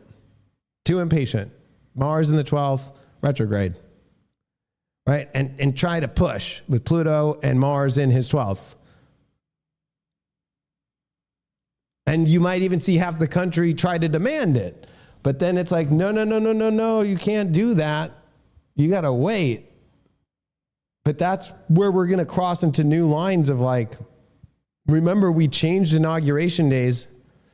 It used to be in March. The January 20th date is literally, I forgot the exact amount of years, but it's within like, the last like 100 years, right? Most of the history, the inaugurations were in March. I think actually the whole January 20th thing came after the Civil War. So a weird part could happen here of, does the Congress that is led right now by the House with Republicans do enough Democrats see the chaos unfolding in the world, definitely dealing with some sort of the military action, that they choose to change the inauguration day like has done before?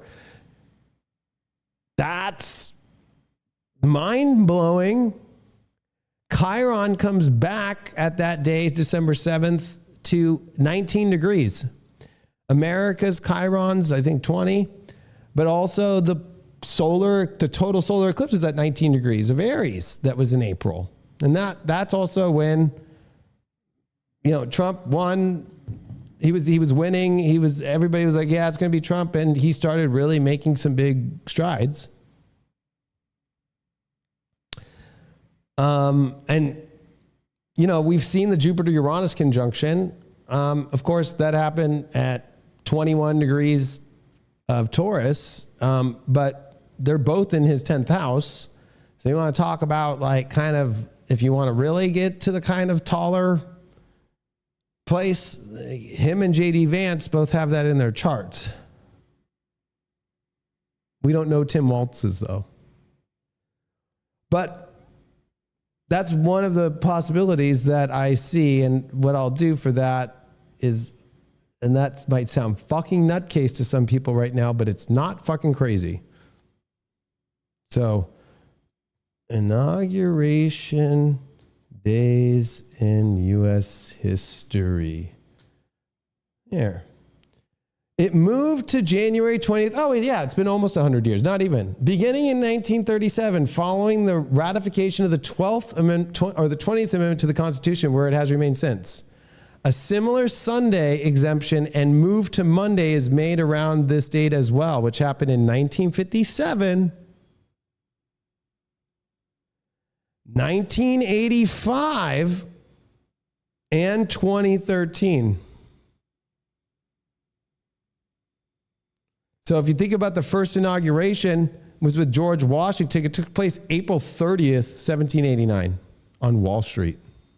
The other thing that this Sun-Pluto conjunction that's never happened, right? Because if you think about Pluto came into Aquarius in 1777, it's a 20-year transit. So Pluto, if I were to run April 30th, 1789, I will show you that we have never had, and this is where it makes it not crazy. So we're going to have to come back to this, but I think I displayed all that shit quite well. So let's just do this, and let's do that chart of 1789, April. What was it?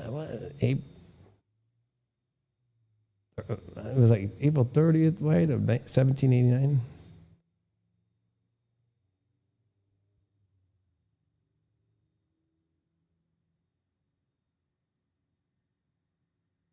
Or was it 25th?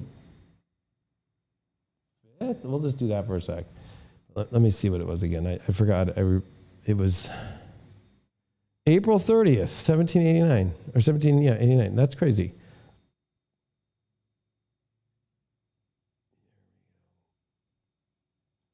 April 30th, 1789 at 12 noon in New York City.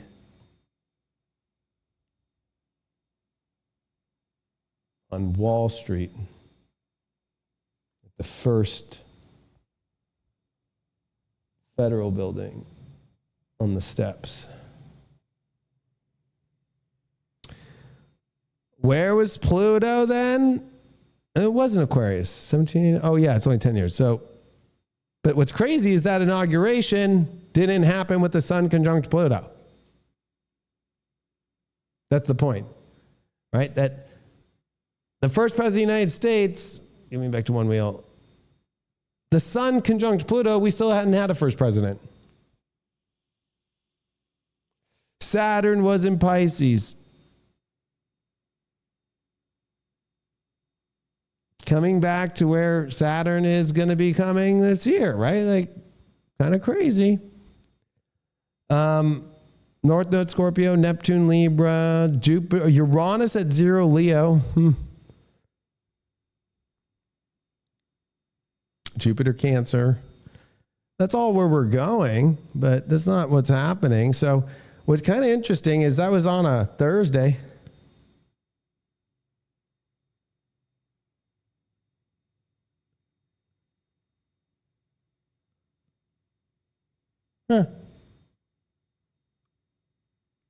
So really, if you think about the next inauguration, of course, all subsequent public inaugurations from 1793 until 1933 were held on March 4th. So March 4th, 1793, that would be a Sun-Pluto conjunction. But that's going to happen way farther down the line with Adams.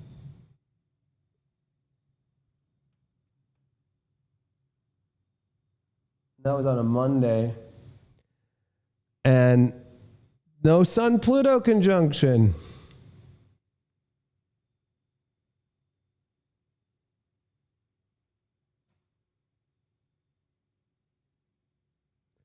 Now, if you want to have some fun, watch this. Let's see if we could target an inauguration with Sun and Pluto conjunct, whether it's in Pisces or not, right? So let's do the ingress of Pluto in Pisces. Let's go next. 1797, and let's look for all the aspects of transiting Sun conjunct Pluto through the transit. So 1798, that was February 18th. So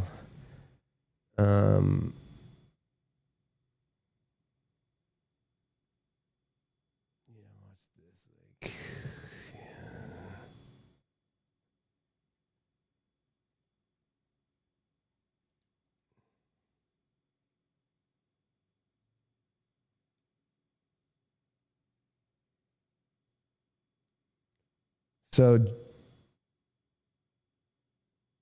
yeah, John Adams is 1797. Jefferson's 1801. So really it's the 1801 that gets kind of close. So hold on. Sun conjunct Pluto next. 1801, February 18th, March 4th. That one's kind of close. That was the closest that we ever got. That if we look back, then we can go another 4 years to 1805. That's Sun Pluto, and it's March 4th, so it's 1805, right? That should be, 1809, since that, Jefferson was 8 years, so you have to go 1809. But what's weird is that in between is like that election, that's where Aaron Burr, right, kills another vice presidential nominee. And that's a weird Sun-Pluto thing. And we're seeing a lot of weird shooting and killing right now. Which would have been, they would have done it March 4th, 1805. And that would have been the sun that just conjunct Pluto. But really it would have been right there at 9 degrees. Sun, Pluto, February 28th, 1805. Watch this. You want some secrets in the world? So that was when, yeah, Thomas Jefferson, second inauguration.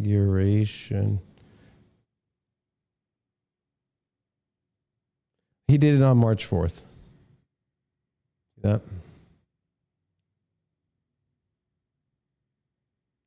And I'm sure in this address there's something about, right? Something about the killing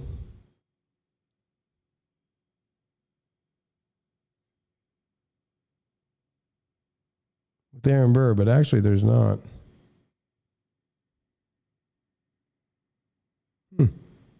If people don't realize there was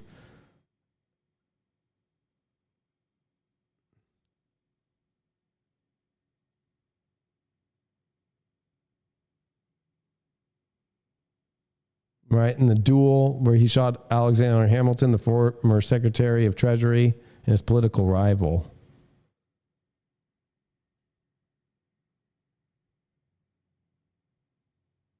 The duel with Hamilton was in the ticket for 1804, and they met July 11th, 1804. So that election and that inauguration would have been where the vice president killed fucking the other guy, right? And that's the closest that you're going to get. I mean, if you want to go to Madison now in 1809 where that's kind of an interesting election, but, you know, like I'll look at 1809, 1809 and see if there's a Sun-Pluto conjunction. I mean, that's how crazy this inauguration is, of that close of a Sun-Pluto. 1809. This is close. March 4th, 1809. There's a Sun-Pluto inauguration, 1809 with James Monroe. Is it Madison? I think Monroe is the 20 election. Yeah, James Madison, 1809. I knew we'd find one.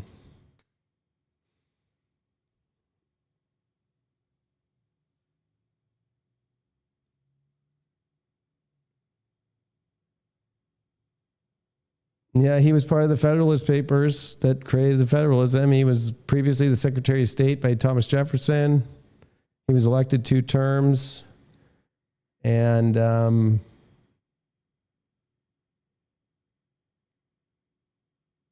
he is part of the Federalist Papers and the Constitutional Convention and the big debates.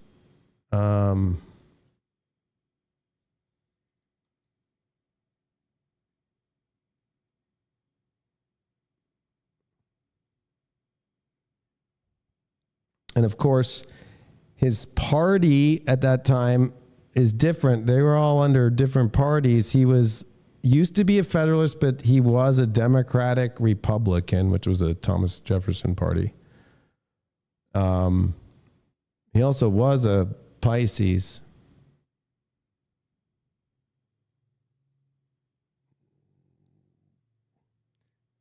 That election,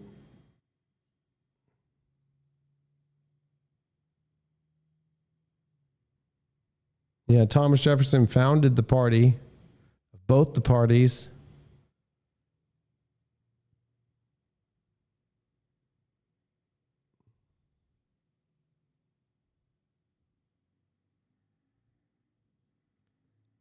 In that 1808 election, look at that. He literally swept.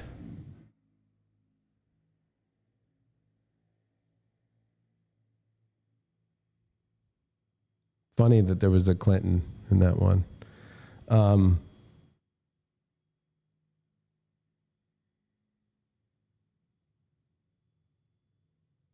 His party was damaged with the associated with the embargo, which was unpopular throughout the country, especially in the Northeast, with the Federalists collapsing as a national party after 1800.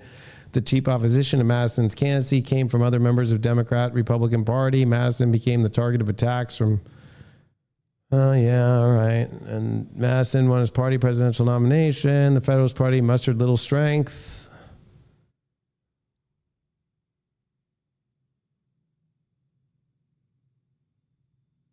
That was back when the vice president used to be the person who came in second place. Was sworn in on the second term, making him the first U.S. vice president to serve under two presidents. Huh.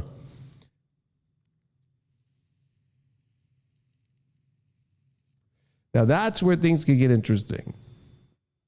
So I'm going to just come off. Well, I'll just show you the last chart I want to show you because now we found that's the weird thing that happened. A vice president that was a vice president for one president then became a vice president for another president. That's what we've seen with Sun Pluto inaugurations. All right. So I'll show you where my prediction is. And I'm not using loosening of the bond and all that shit.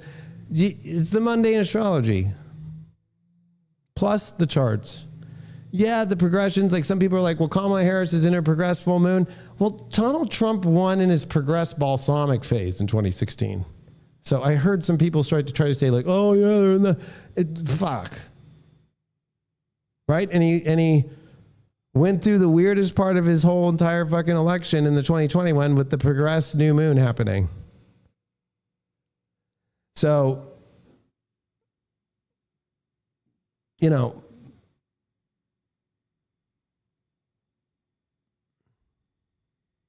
and I've looked at all that stuff, but you can go watch other people who watch that stuff. The thing about JD Vance that is the main thing to me is in my prediction, because of his Pluto Libra, I know that might sound crazy, because he's the only one who could trump Trump astrologically. And he's born with North Node Chiron. We're in a North Node Chiron.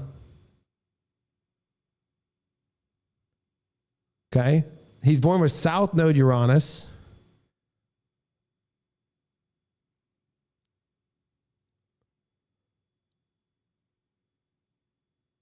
Jupiter and Uranus retrograde are both in his 10th house. Jupiter-Uranus conjuncted his midheaven. His prenatal eclipse is the same as Trump's prenatal solar eclipse, 8-9 degrees Gemini. Jupiter's retrograding to stop at 11 degrees Gemini to be on both of their prenatal eclipses. The Mars retrograde for him, it will come back into the 11th to station direct. Same with Trump too. For the people.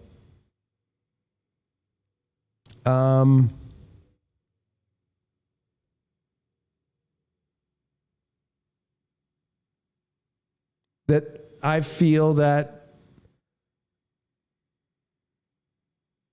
based off all the mundane astrology and what's happening is that it's about to get, it's all about getting JD Vance into the White House. The whole election's based upon that. Now, this is where I'll go into some kind of crazy stuff. I was going to go a lot harder on Civil War stuff and all the same stuff that you hear now about Trump is what they said about Lincoln. There's way more I could show you. But I'm going to be nice and just like not try and start some like fucking political shit because the media won't report that. They don't want you to know that the Dred Scott case, the Roe versus Wade case are the same exact thing as far as like the moral rights of where's the boundary about moral. That's very Neptune and Pisces. And with Saturn there, like Saturn's going to make sure that moral authority is there, right? So, and I'm telling you this as an astrologer, and the religious thing is getting out of control and it will continue to get out of control. But the last time Saturn and Neptune met in Pisces, it was in 1523 and the Pope did put out, you know, a decree to fucking really stomp on people that were putting information out of Amsterdam in books and stuff. And then he died a year later. And so information was able to stay free. But so like the religious thing does worry me, but at the end of the day, it's not the craziest thing compared to, especially we know Trump's not really that religious. I think he is like the idea of God and spirits, but as far as like die hard, like church Christian, no. But there's a lot of people in the Republican Party that are, and there's a lot of Democrats that just don't talk about it publicly, or that they can't be cool in their neighborhood or whatever. But what I want to say is that there's two outcomes to this election. The first that I'm going to say is that there's a very high possibility. Well, the number one thing is that I see J.D. Vance being the president. So whether that's after the inauguration and during the eclipses of March, and so into that April, or it's nobody gets to 270, it goes to the House, they pick J.D. Vance over Trump, and then Kamala they pick as vice president, to see the same vice president serve two different presidents.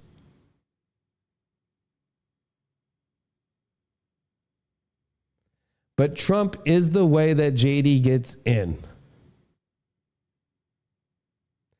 So whether that's they win and then something happens with Trump, or that Trump wins especially, and then there's Kamala as president and something crazy happens there and they try to shut her down. The worst case scenario is a bunch of people that are really hardcore leftists are gonna try a secession through not California, but through someplace like Texas. That's where the X happened on these eclipses. And so I have a thing to show you that based off what happened in 1860 as well, California switched to red. And I know people are like, that's impossible. No, nothing is impossible during these times. And when that happened, it was the crazy moment that when California switched red, that's what helped Lincoln. And what's interesting is they supported the Union. But then what happened? The South seceded. But what would happen with Texas switching blue? And then what I did is I went electoral map interactive. I made my own thing based off using the history in the stars. So we'll just throw this up real quick, and then we're pretty much done. And I'll take a couple questions after. I don't need to spend much more time. So watch this. What if I switch California to light blue? And I switch Texas to light blue. Oh, sorry. California to light red.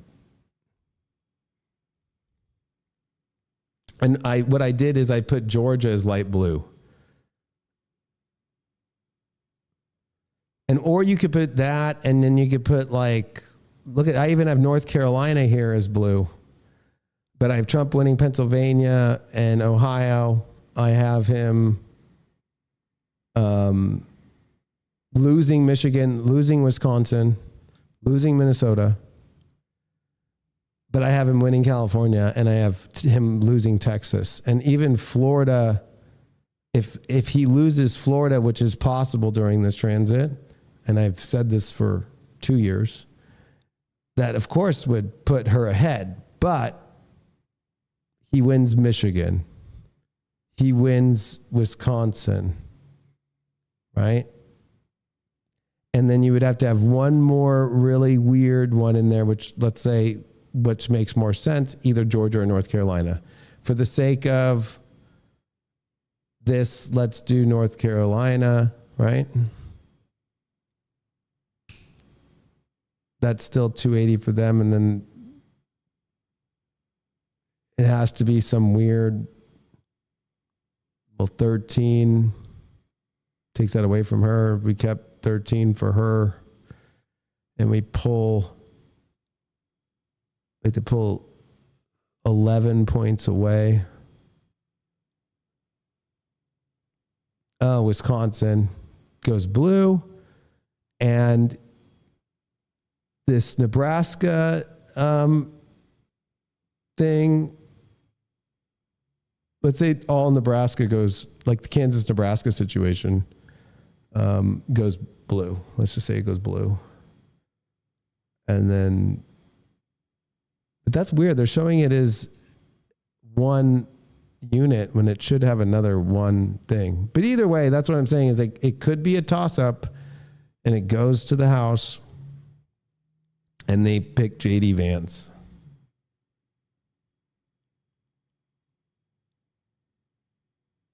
Because that Mars retrograde in Leo. And then also looking at the day of the, I had pulled it up, of January 6th, which is now just a ceremonial thing. So anybody out there who thinks I'm crazy to think that the election was actually a fraud, right? So the new law about electoral count, January 6th.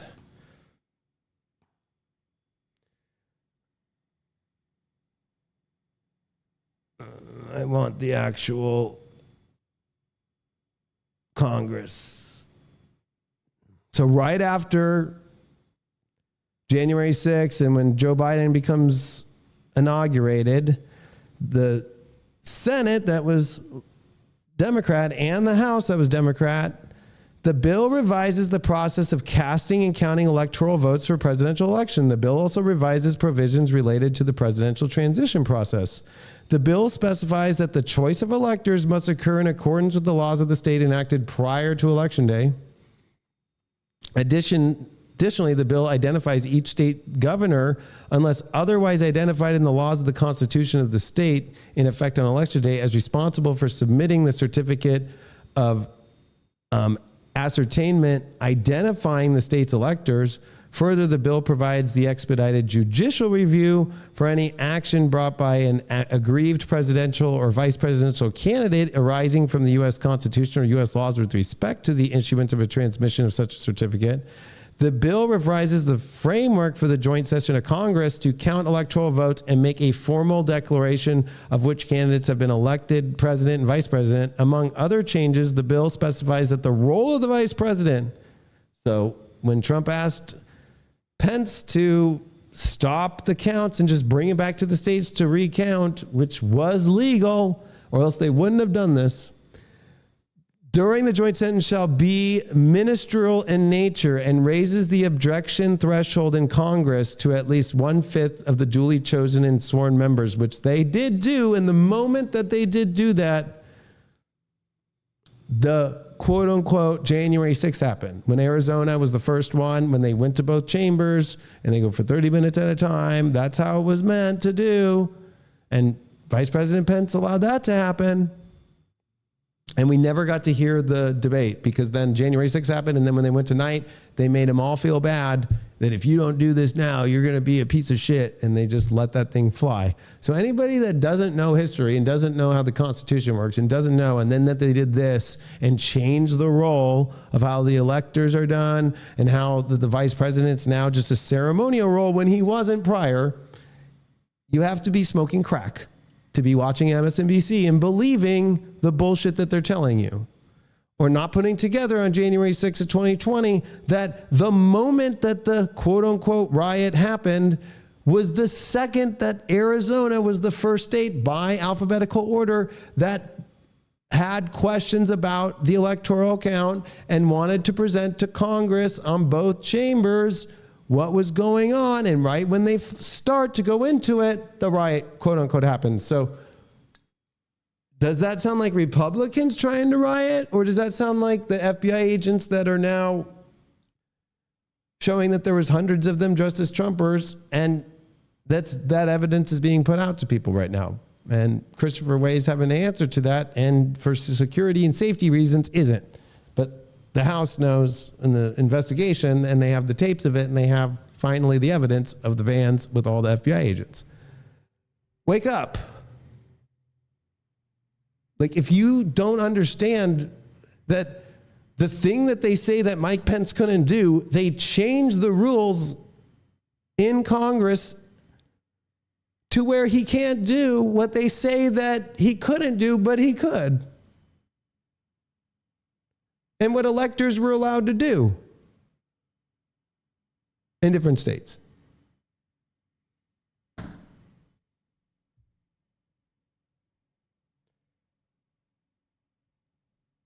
What would make it crazy about Kamala becoming president with no vice president is who's going to be the role of the ceremonial.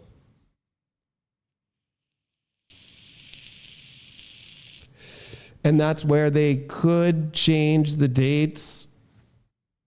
And that's where I was like having some interesting things about why they change dates.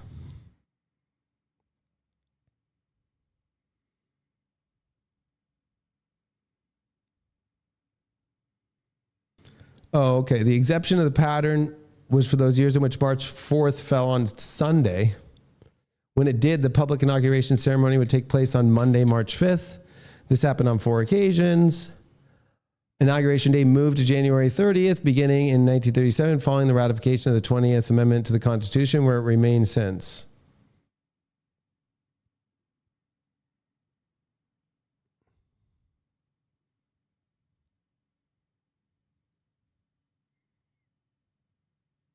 And what they did was the 20th Amendment was to reduce the presidential transition and the lame duck period by which members of Congress and the president serve the remainder of their terms after an election.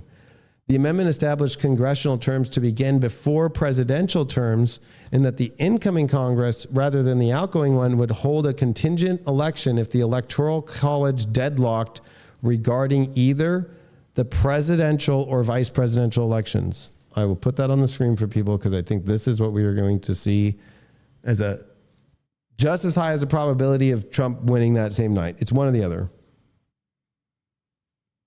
And if this happens, then it's J.D. Vance is president, or Trump wins and J.D. Vance becomes the president, most likely in March or April, but possibly could in between, but I honestly think that it would be that. But if this happens, remember, it'll be the new Congress, and right now, go look at all the data.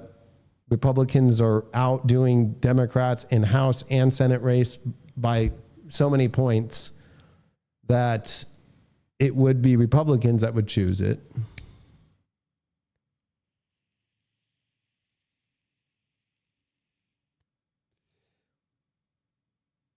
But they could have to negotiate for a Democrat in there, which we kind of are moving into that Neptune Aries time where there's always like a ex-Democrat who's vice president. That could be an RFK, but I really am not putting much on that. So he has a Leo rising too, though. So, but could it be Kamala as VP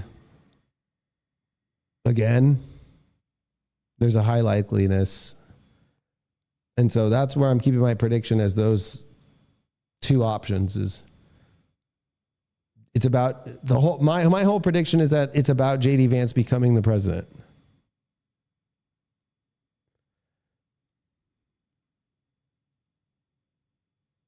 But it's Trump that makes it to where he can get there. And there's no way that Kamala can win or that Tim Walz can win. There's just no way. And I'm not even going off polls or my party preference. I'm going off of, did you see the shit show I showed you to her chart? Did you see the Jupiter retrograde in the 12th? Did you see the fucking crazy Mercury retrograde, Cazimi opposite Jupiter retrograde, square Saturn on her Chiron, opposite her Pluto Uranus conjunction, and Tim Walz, and like it's just... It's sad because so many astrologers are just going off what they want to see. And so you've heard like, well, Pluto in Aquarius is about women's rights. It's like, no, it's not. Sure, Anne Boleyn became the queen after when Pluto transitioned to Aquarius. And then she got her head taken off and Henry stayed king the whole time. Or women's rights were fighting for so hard in the 1900s. And guess who voted against them? And again, so whether it's civil rights, Republicans in the House and Senate in 1964 voted for it and Democrats didn't. It was a Democrat vice president after Kennedy who took over as president, Johnson, And he just signed it just because he had to. Right? Is he really going to be the only guy that doesn't allow civil rights for the Democratic Party when their whole party voted against it? Same thing with the women's rights, right? Go look it up. Southern Democrats voted against women's rights to vote.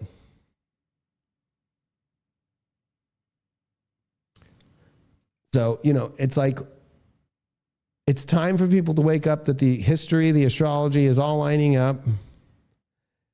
No, there were no women with Pluto Aquarius. They were born in Pluto and Aquarius, like Queen Mary I think Queen Mary actually was Pluto Capricorn, but still, and then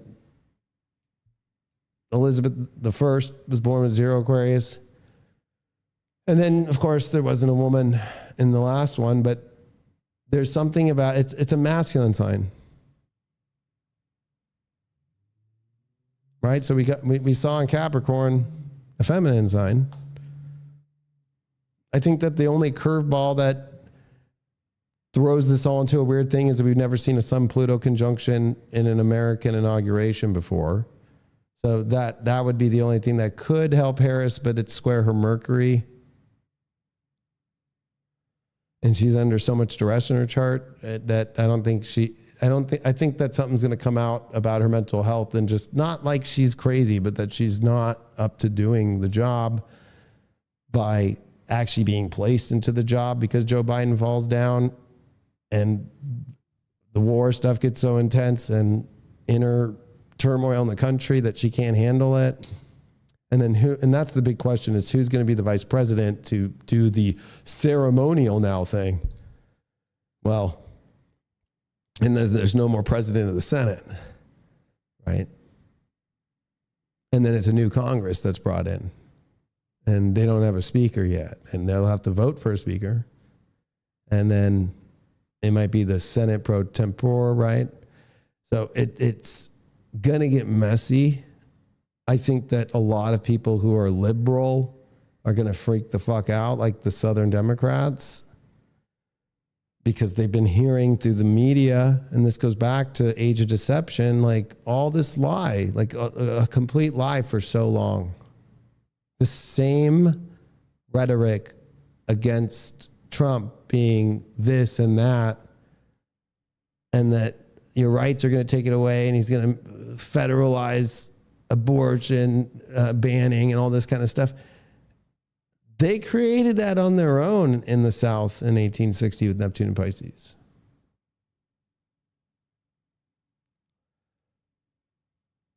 It's the team that's the rebel team, or the coalition too. The fact that so many Democrats have left the party, right? That you have Republicans supporting Harris, but they're not leaving the Republican Party. They're just endorsing. But you have actually, whether it's Tulsi Gabbard, RFK Jr., the House representative, the head of the Senate in California that used to be the head of the Senate, she just switched Republican and she's voting for Trump. The first Republican senator that we can vote for in California is happening, and he's beating Adam Schiff right now. Texas, Ted Cruz is not doing that great. And I went to Texas myself twice. And I've warned people in both my lectures in Texas that I'm not surprised if that place turns blue. Likewise with Florida. But what people don't believe is that the astrology of 1860 also was people so over the Southern chivalry, which were the Democrats that were in control of everything, including California and the South. And people got over that in California. And that's what's happening in California right now. So I think that it's going to get messy, but it leads to the right things at the right time. I don't think that liberals need to be scared of Trump, because I don't see Trump in a long time, or they pass it off if it is a contested election based on the fact that it's a contingent one, that they vote for J.D. Vance, actually. because there could be like stuff that Democrats bring up or, right, the cases against Trump. So that's where I'm sitting with my predictions right now. I'll take a couple questions.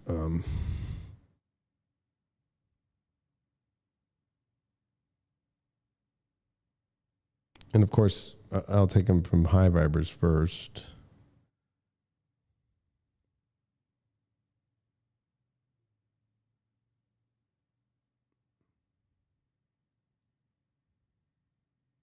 I appreciate everybody coming on this live with me to kind of go through some of this stuff. There's so much more I want to show, but I'm not going to ruffle the feathers of liberals out there to make them realize that they're the party of slavery, and they still are doing it, whether it's vaccines. People, and the idea too of like the federal government expanding more, it doesn't. We don't have the money for it. If you just look at the astrology, it was also Lincoln who was saying we need a tariff. It was Lincoln who said we need to cut that back down. Look at all these departments that have gone amok, the War Department, all these things, right? And it was Buchanan's War Department, like Jefferson Davis and all that jumped over and created the Confederacy. And so you have to remember that if Trump gets in, there could be these, like, look at the whole UFO thing. That's all top secret, dark, CIA / crazy funds, sludge funds that are all funding these crazy military dark programs and all that shit. I mean, it's the same shit. The other thing too is Lincoln was about completing the railroads, the Pacific Railroad, and that the Republicans ran on that. And if you look at it, they have Elon Musk who's promoting going to Mars or making cars and all this space stuff and wanting to promote American cars. If you think about it, it's exactly what happened in the 1860 election. You're not hearing that from the other side. You're also hearing from a vice president who was the vice president for a president that just served just to try and toss up and keep the slavery alive and to keep abortion alive. And I'm not saying abortion needs to stay or go. I'm just letting you know it's going to be about abortion, but not the way you think it is, right? Like, and I think that we all as a world have to ask the question, like, is it a moral thing? The universe isn't going to let us evolve until we wonder, especially I just looked at everybody's prenatal eclipses, right? Like, you have prenatal eclipses. Like, when you were a quote unquote fetus, that eclipse affects you.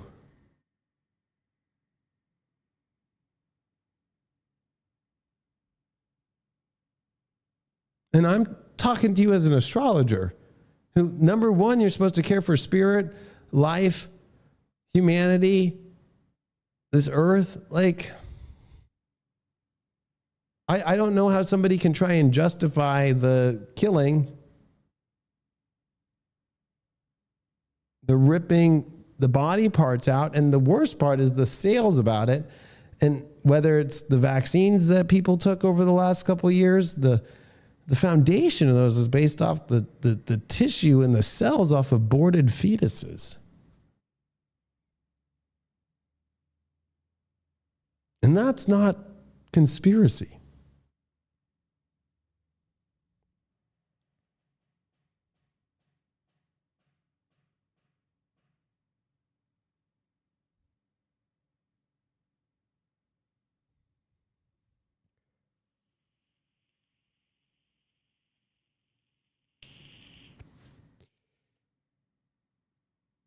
And this is actually a good question.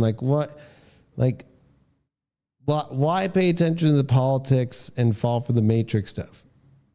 The one time you pay attention is at the end of Neptune and Pisces, because it comes to a spiritual moral choice. So slavery would have never ended unless it was for that election. And look at other countries like China. They have child slave labor, the Uyghur camps. Like, now we have a moral question in America. The population is going down. There's been a whole health crisis, whether you're on the side where you believe COVID's real and you think it was COVID that killed people, or you're on the side that the shot fucking is killing people. I'm on the side of the shot because that's actually the real data. But what's crazy about it is that the birth rate's at the lowest ever. So the country can't continue with your Social Security, with all these benefits that you want, unless we're producing babies. And then you have Bill Clinton, who just comes out and says the thing that all people that have common sense, which that's the other thing that Pluto and Capricorn brings, is common sense, right? That was the pamphlet that Washington actually ordered all the troops to read about understanding common sense, but also he made them read about these are the times that try men's souls. So you add Pluto at the end of Capricorn, Neptune at the end of Pisces. This is more than just a matrix thing. This is actually a spiritual election about moral dignity, about a question that we haven't answered as a society of, can you kill your baby? Because you can't kill somebody else's baby in a car crash drunk, or you go to jail longer. Or if, let's say you were to murder somebody and they were pregnant, you're getting life, or you're getting more on top. You're getting multiple life terms instead of one if they were not pregnant. So those laws stand. You can't do the other. And then that's where the doctor thing comes in, right? Like, that's what's really crazy is the first riot in America after the Constitution, when George Washington was president, was against doctors who were digging up dead people in order to see experiments, and people had riots and started killing doctors. And that's why I've warned people who gave the shot out as a doctor, the people, when they find out more of this info that keeps being leaked every week, every month, they're coming after you.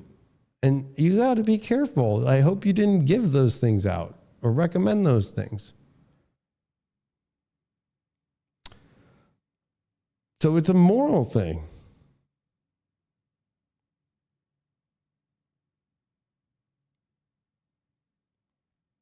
And the South at the time in 1860 used it as a religious thing.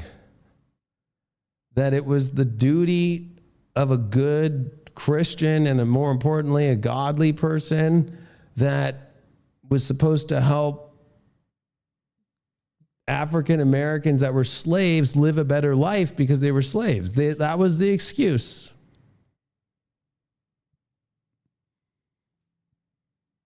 It's like a religion about abortion, like about a woman's right to kill a baby or something. It's become kind of like creating like a crazy moral, and like you're a horrible person. So instead of saying you're going to hell, you're being canceled. You're being this, you're being that. I'm sure we can find common ground, but did we find common ground with slavery? No, we didn't. And I don't think anybody here wants slavery. So these are issues that in the moment feel like they're so Neptune and Pisces, they're so important and they're so the right thing spiritually. But actually, when you get to Neptune and Virgo, the opposition, like the early 1900s, people are like, yeah, the slavery thing was fucked up, right? And then women's rights start to come, and then black voting rights come. And of course, both have had to still suffer throughout the years. So it's not like it fully goes away, right? But that means like the abortion situation, it's not like it will fully go away, but it will have its weird things, right? And that's using mundane astrology. Especially since when Pluto gets to where it is now, population rates go down. So if you even look at now, they've redone it. Within the next 5 years, they're showing the population peaking and going down. They're not seeing the population rise ever again. And that's actually what happens with Pluto when it comes through Aquarius, when it comes through Pisces, when it comes through Aries and Taurus. The population rate doesn't have a boom, right? That's why they call Pluto Leo, and the babies that, and the parents that were Pluto Gemini, Pluto Cancer, when Pluto finally rises above and finally gets out of being in the underworld, and we start to see it rise, that's when they start having massive babies, right? The population rate grows so fucking fast. Now you're seeing it dwindle down. So it's also another question of, what, are we not going to have many people left on the planet?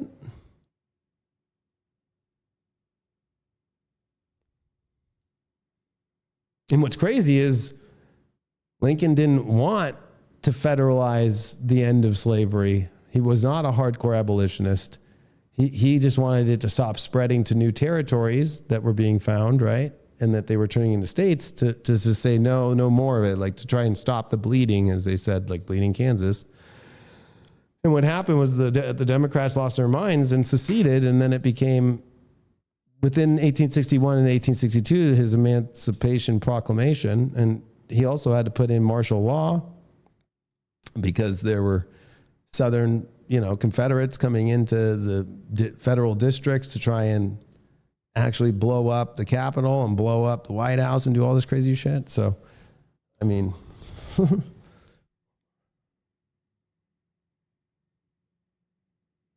look at, look where we're at right now.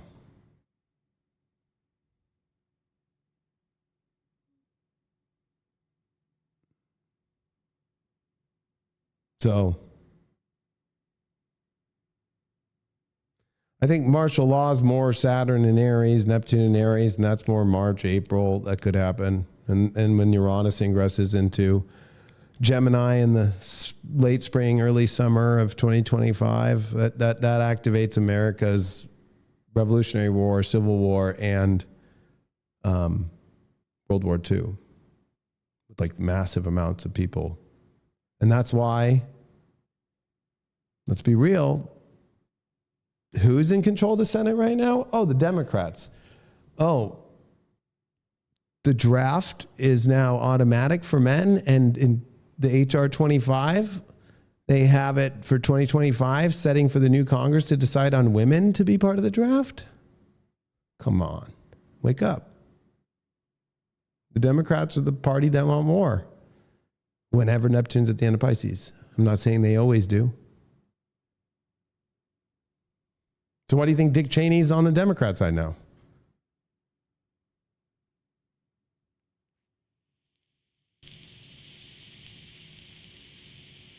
Start to wake up. There were a lot of Republicans who actually said, no, we want Breckinridge to win, because they kind of like slavery, because it was dealing with their money deals. So if you think of the healthcare system and the abortion system and the money in that, and the healthcare system with all the aborted fetuses and how much the parts of the babies go for, it's insane. So whether it's about research, whether about stem cells, whether it's about all these more futuristic things, Hydra, mRNA technology, all of it. It's all based off abortions. They need the cells of the human tissues, which they then fuck around and put in mice. So when they say, oh, we tested it on mice, they tested it on mice that are humanized based off the human cells that they get from aborted baby fetuses.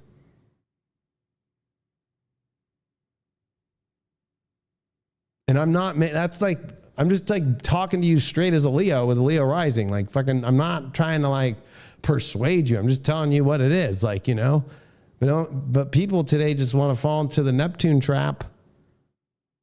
And that's what, I'll be real with you. Like, it sucks as an astrologer being in this astrology field, and you've got astrologers putting out Astralis for Harris.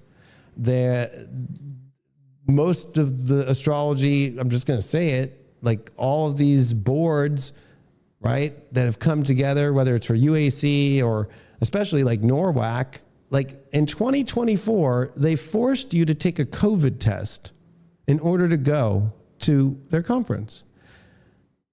They know that people who are freedom loving, so there's no other event in the world that is requiring COVID tests except for the astrology community. None. Not even a Taylor Swift concert. So the astrology community has fallen the hardest for the spell, which blows my mind. It doesn't make sense. There's no common sense in that. Like, why are you, requiring COVID tests? And they don't want astrologers like me and the 1 to 2% of us that speak truth to do conferences, lectures, or teach you astrology, because we also are not trying to change astrology. We're not trying to get rid of Gemini is a masculine sign and so is Sag. We're not trying to make it trans astrology. We're not trying to get rid of essential dignities, right? And say, well, your Mars in Cancer is okay. Don't worry about it being in fall position. And plus that we don't use masculine and feminine. I don't want to offend your gender. That's fucking crazy. And they believe it's because of all this Aquarius shit. I don't give a fuck what time we're in with planets. For thousands upon thousands upon thousands of years, the truth of astrology and the way that it functions has never changed, nor ever it will, because if you're a human trying to change it, you're trying to change the universe, and it's the universe that switches things. So for the astrology community today to try and be changing astrology, it's okay to add on top of it. It's not okay to actually try and take the core of it and make it something that it's not. And to also not allow us to speak, to also have the main podcasts that are part of this whole collusion not have any of us on to speak about these issues in the astrology or talk about the transits of it or talk about actually what's happening. All you hear them is say the exact narrative on MSNBC. That's it. They won't ever bring up when something happens. They don't want to talk about prediction. They actually tried to stop having us as astrologers at UAC 2018. They did a panel about prediction in astrology, and they were trying to find every way to say that it's not ethical to make predictions anymore, because they all fucking lost their predictions in the Hillary Clinton election and went on to the press and looked like idiots and said that she was going to win, and fucking she didn't. So it made the astrology community look bad. They should have just looked at their own self in the mirror instead of trying to put that on every other astrologer out there.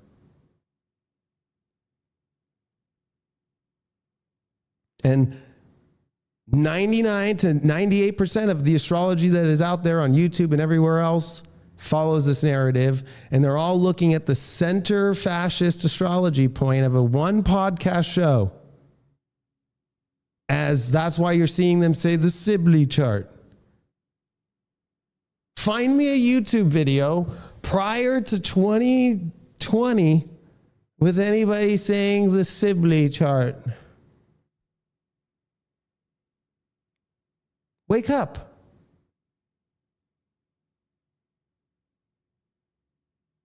Also, the technique of zodiacal releasing doesn't have enough true, real.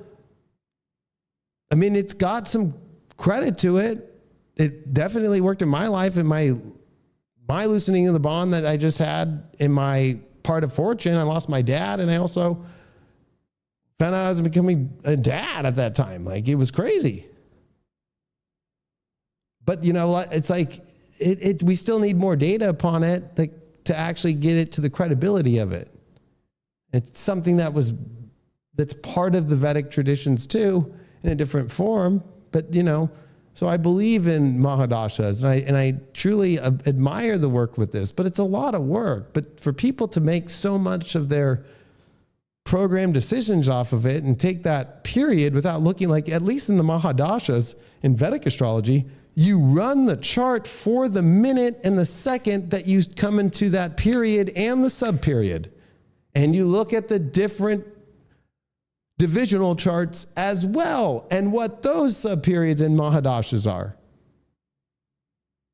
And so if you want to go into actual, looking deeper in periods and subperiods, Fadaria is one of the oldest ones, but go to Vedic astrology. Try that out. Try actually using the actual, if you're in a Jupiter, cycle, what position was Jupiter in? What pada was it in? What nakshatra was it in? Was it in a good place or not? And it will give you the chart of the whole period. So I'm in Jupiter, right? Mahadasha for 16 years. I was born with Jupiter and Sag in Vedic.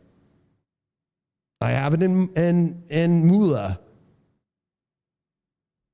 Right? So like, okay, that's a really good place, but it also is really intense. It's gnarly, and it's about getting to the root of things. And that's what I do. And I'm not allowed to do that in the astrology community. So that's why I have to go create my own school and teach people and talk to people on my own place. Because they don't like what I have to say. They don't like that I got all those predictions right for all those years about the plague coming and the split in the collective or the shattered reality or that the shot wasn't going to work. All those things, and warning you way prior. And then trying to say, well, he got the election wrong. It's like, did you listen to my pre-astrology one? The one the day before? It says the Leo King pre-2020 election, where I say for 3 hours, I don't even want to give something because there's something so off about this. This isn't a normal election. I'm only doing the video tomorrow in order because to put my name in a hat, and based off the astrology, Trump will win the night of the election. I said that, and we all went to bed with Trump winning the election. So then it all went to fucking hell and control and the secret of Saturn Pluto, right? And that's part of the secret, is this control grab by hidden government entities. So wake up.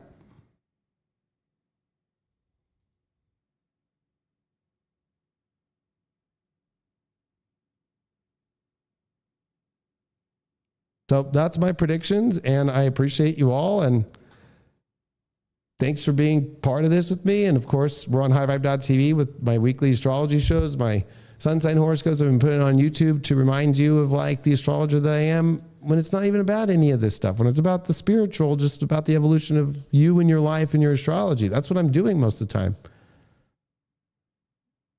I used my YouTube as like a little messenger through the full moon horoscopes and the new moon horoscopes about the craziness going on in the world to hopefully wake people up for the last 4 years. That's why I just did that. But if you're on High Vibe, you know I don't do that every day. It's like about the astrology and the spirituality. But I can understand how people can use my 5-1 and project that, oh, that's all that High Vibe is. It's not. It's a beautiful spiritual place. Once a week with Natalie, we do Full Disclosure, where we are willing to be seekers and look into all the crazy shit happening in the world and find what's good for humanity, what's not. That's where it's always coming from, is finding the High Vibe place. It's not about that every conspiracy theory is right. So, it's like, and that's why Ann and I put out History in the Stars, to show you guys that how crazy is it that the astrology always lines up with the history. And that you can better understand history with astrology. And Ann's a history professor, a doctorate in history, and a historian. So it's not like I'm just shooting the shit with some random person. So, like this is also my moment here making this prediction to you. Like, I'm not falling for the spell. I'm looking into the spell. I'm telling you the craziest prediction that anybody else, and I've been saying this one for months, so this is just the official, so it gets logged, right? I have all that, I've been saying it for months. I've been saying it for a long time. It'll be a Pluto Libra. It'll be a Pluto Libra. It's going to be JD Vance. It's going to be JD Vance, right? Like, and that's not because I want Trump to win or something, or I want him to win or whatever. It's just fucking history and the Pluto transits, and then looking at the Abraham Lincoln and the North Node Uranus stuff and the North Node Chiron of the year of 1860. And guess who's born with North Node Chiron? J.D. Vance. And we're in a year of North Node Chiron. I mean, I don't know how to just be like, there's the evidence. And anybody who's going to try and start a crazy secession would be a Pluto-Uranus conjunct person in Virgo. They would be anally pissed off at some little thing. And with Saturn in Pisces, do you have your moral efforts, Tim Waltz? Saturn in Aquarius with Kamala, it's not the same. I don't think she would actually push it. But, it's a Tim Waltz that would try to do something crazy.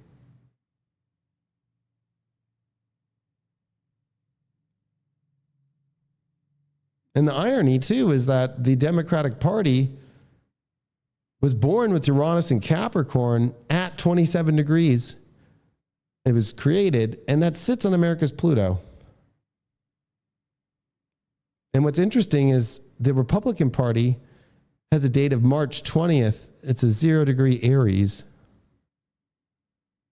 And the North Node is going to be at 0 Aries between the election day and the inauguration.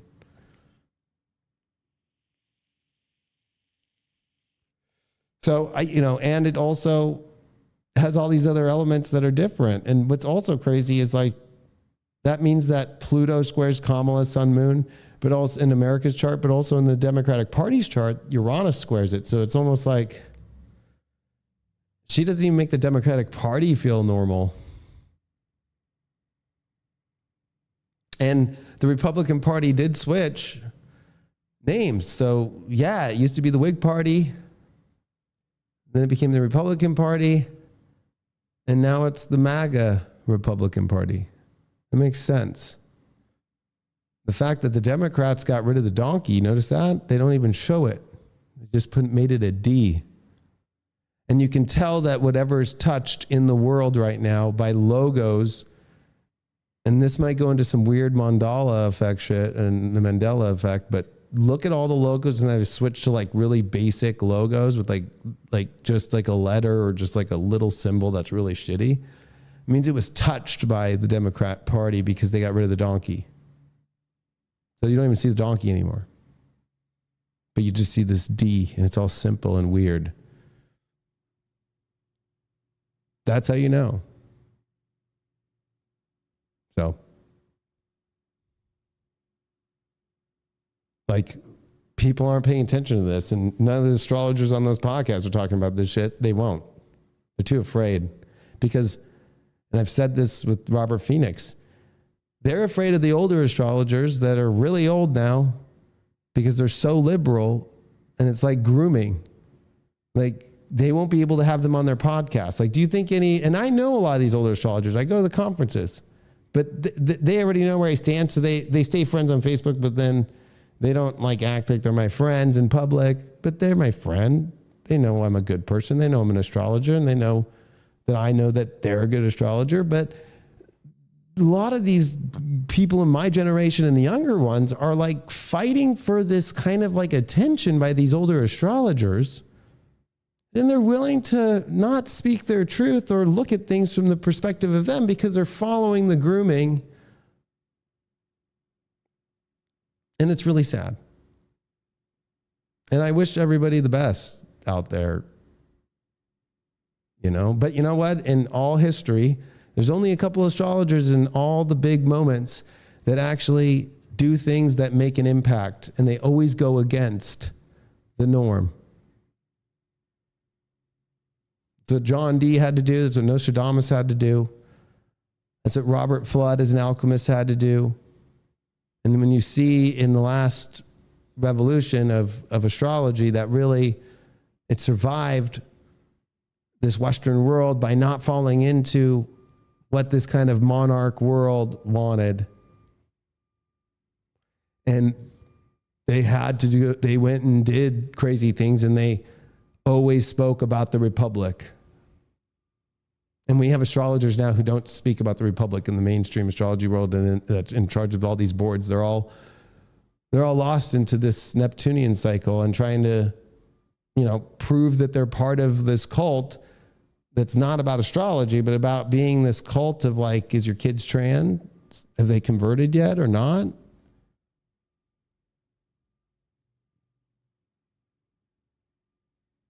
Did you have a mask on? Did you get your booster?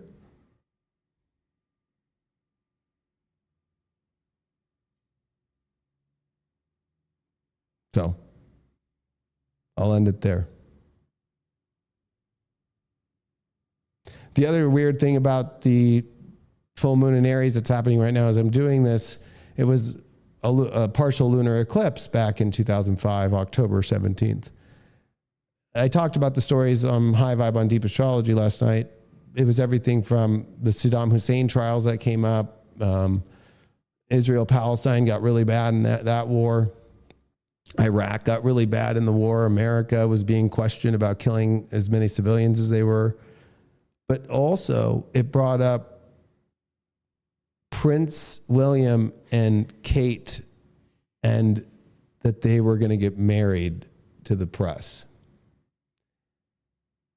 So the other thing, I know it's not about a U.S. election,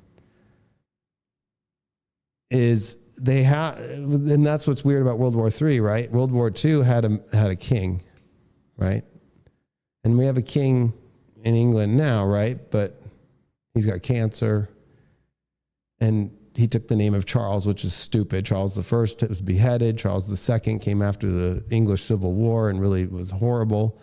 And Charles III here is going to have a short reign that it looks like William's about to take the throne with an AI wife. I appreciate you all.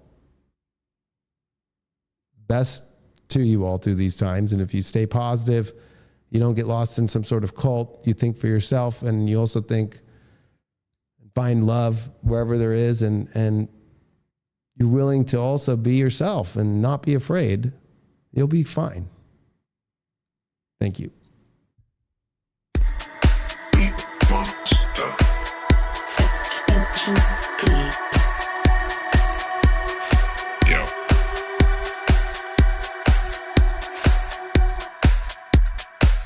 Okay.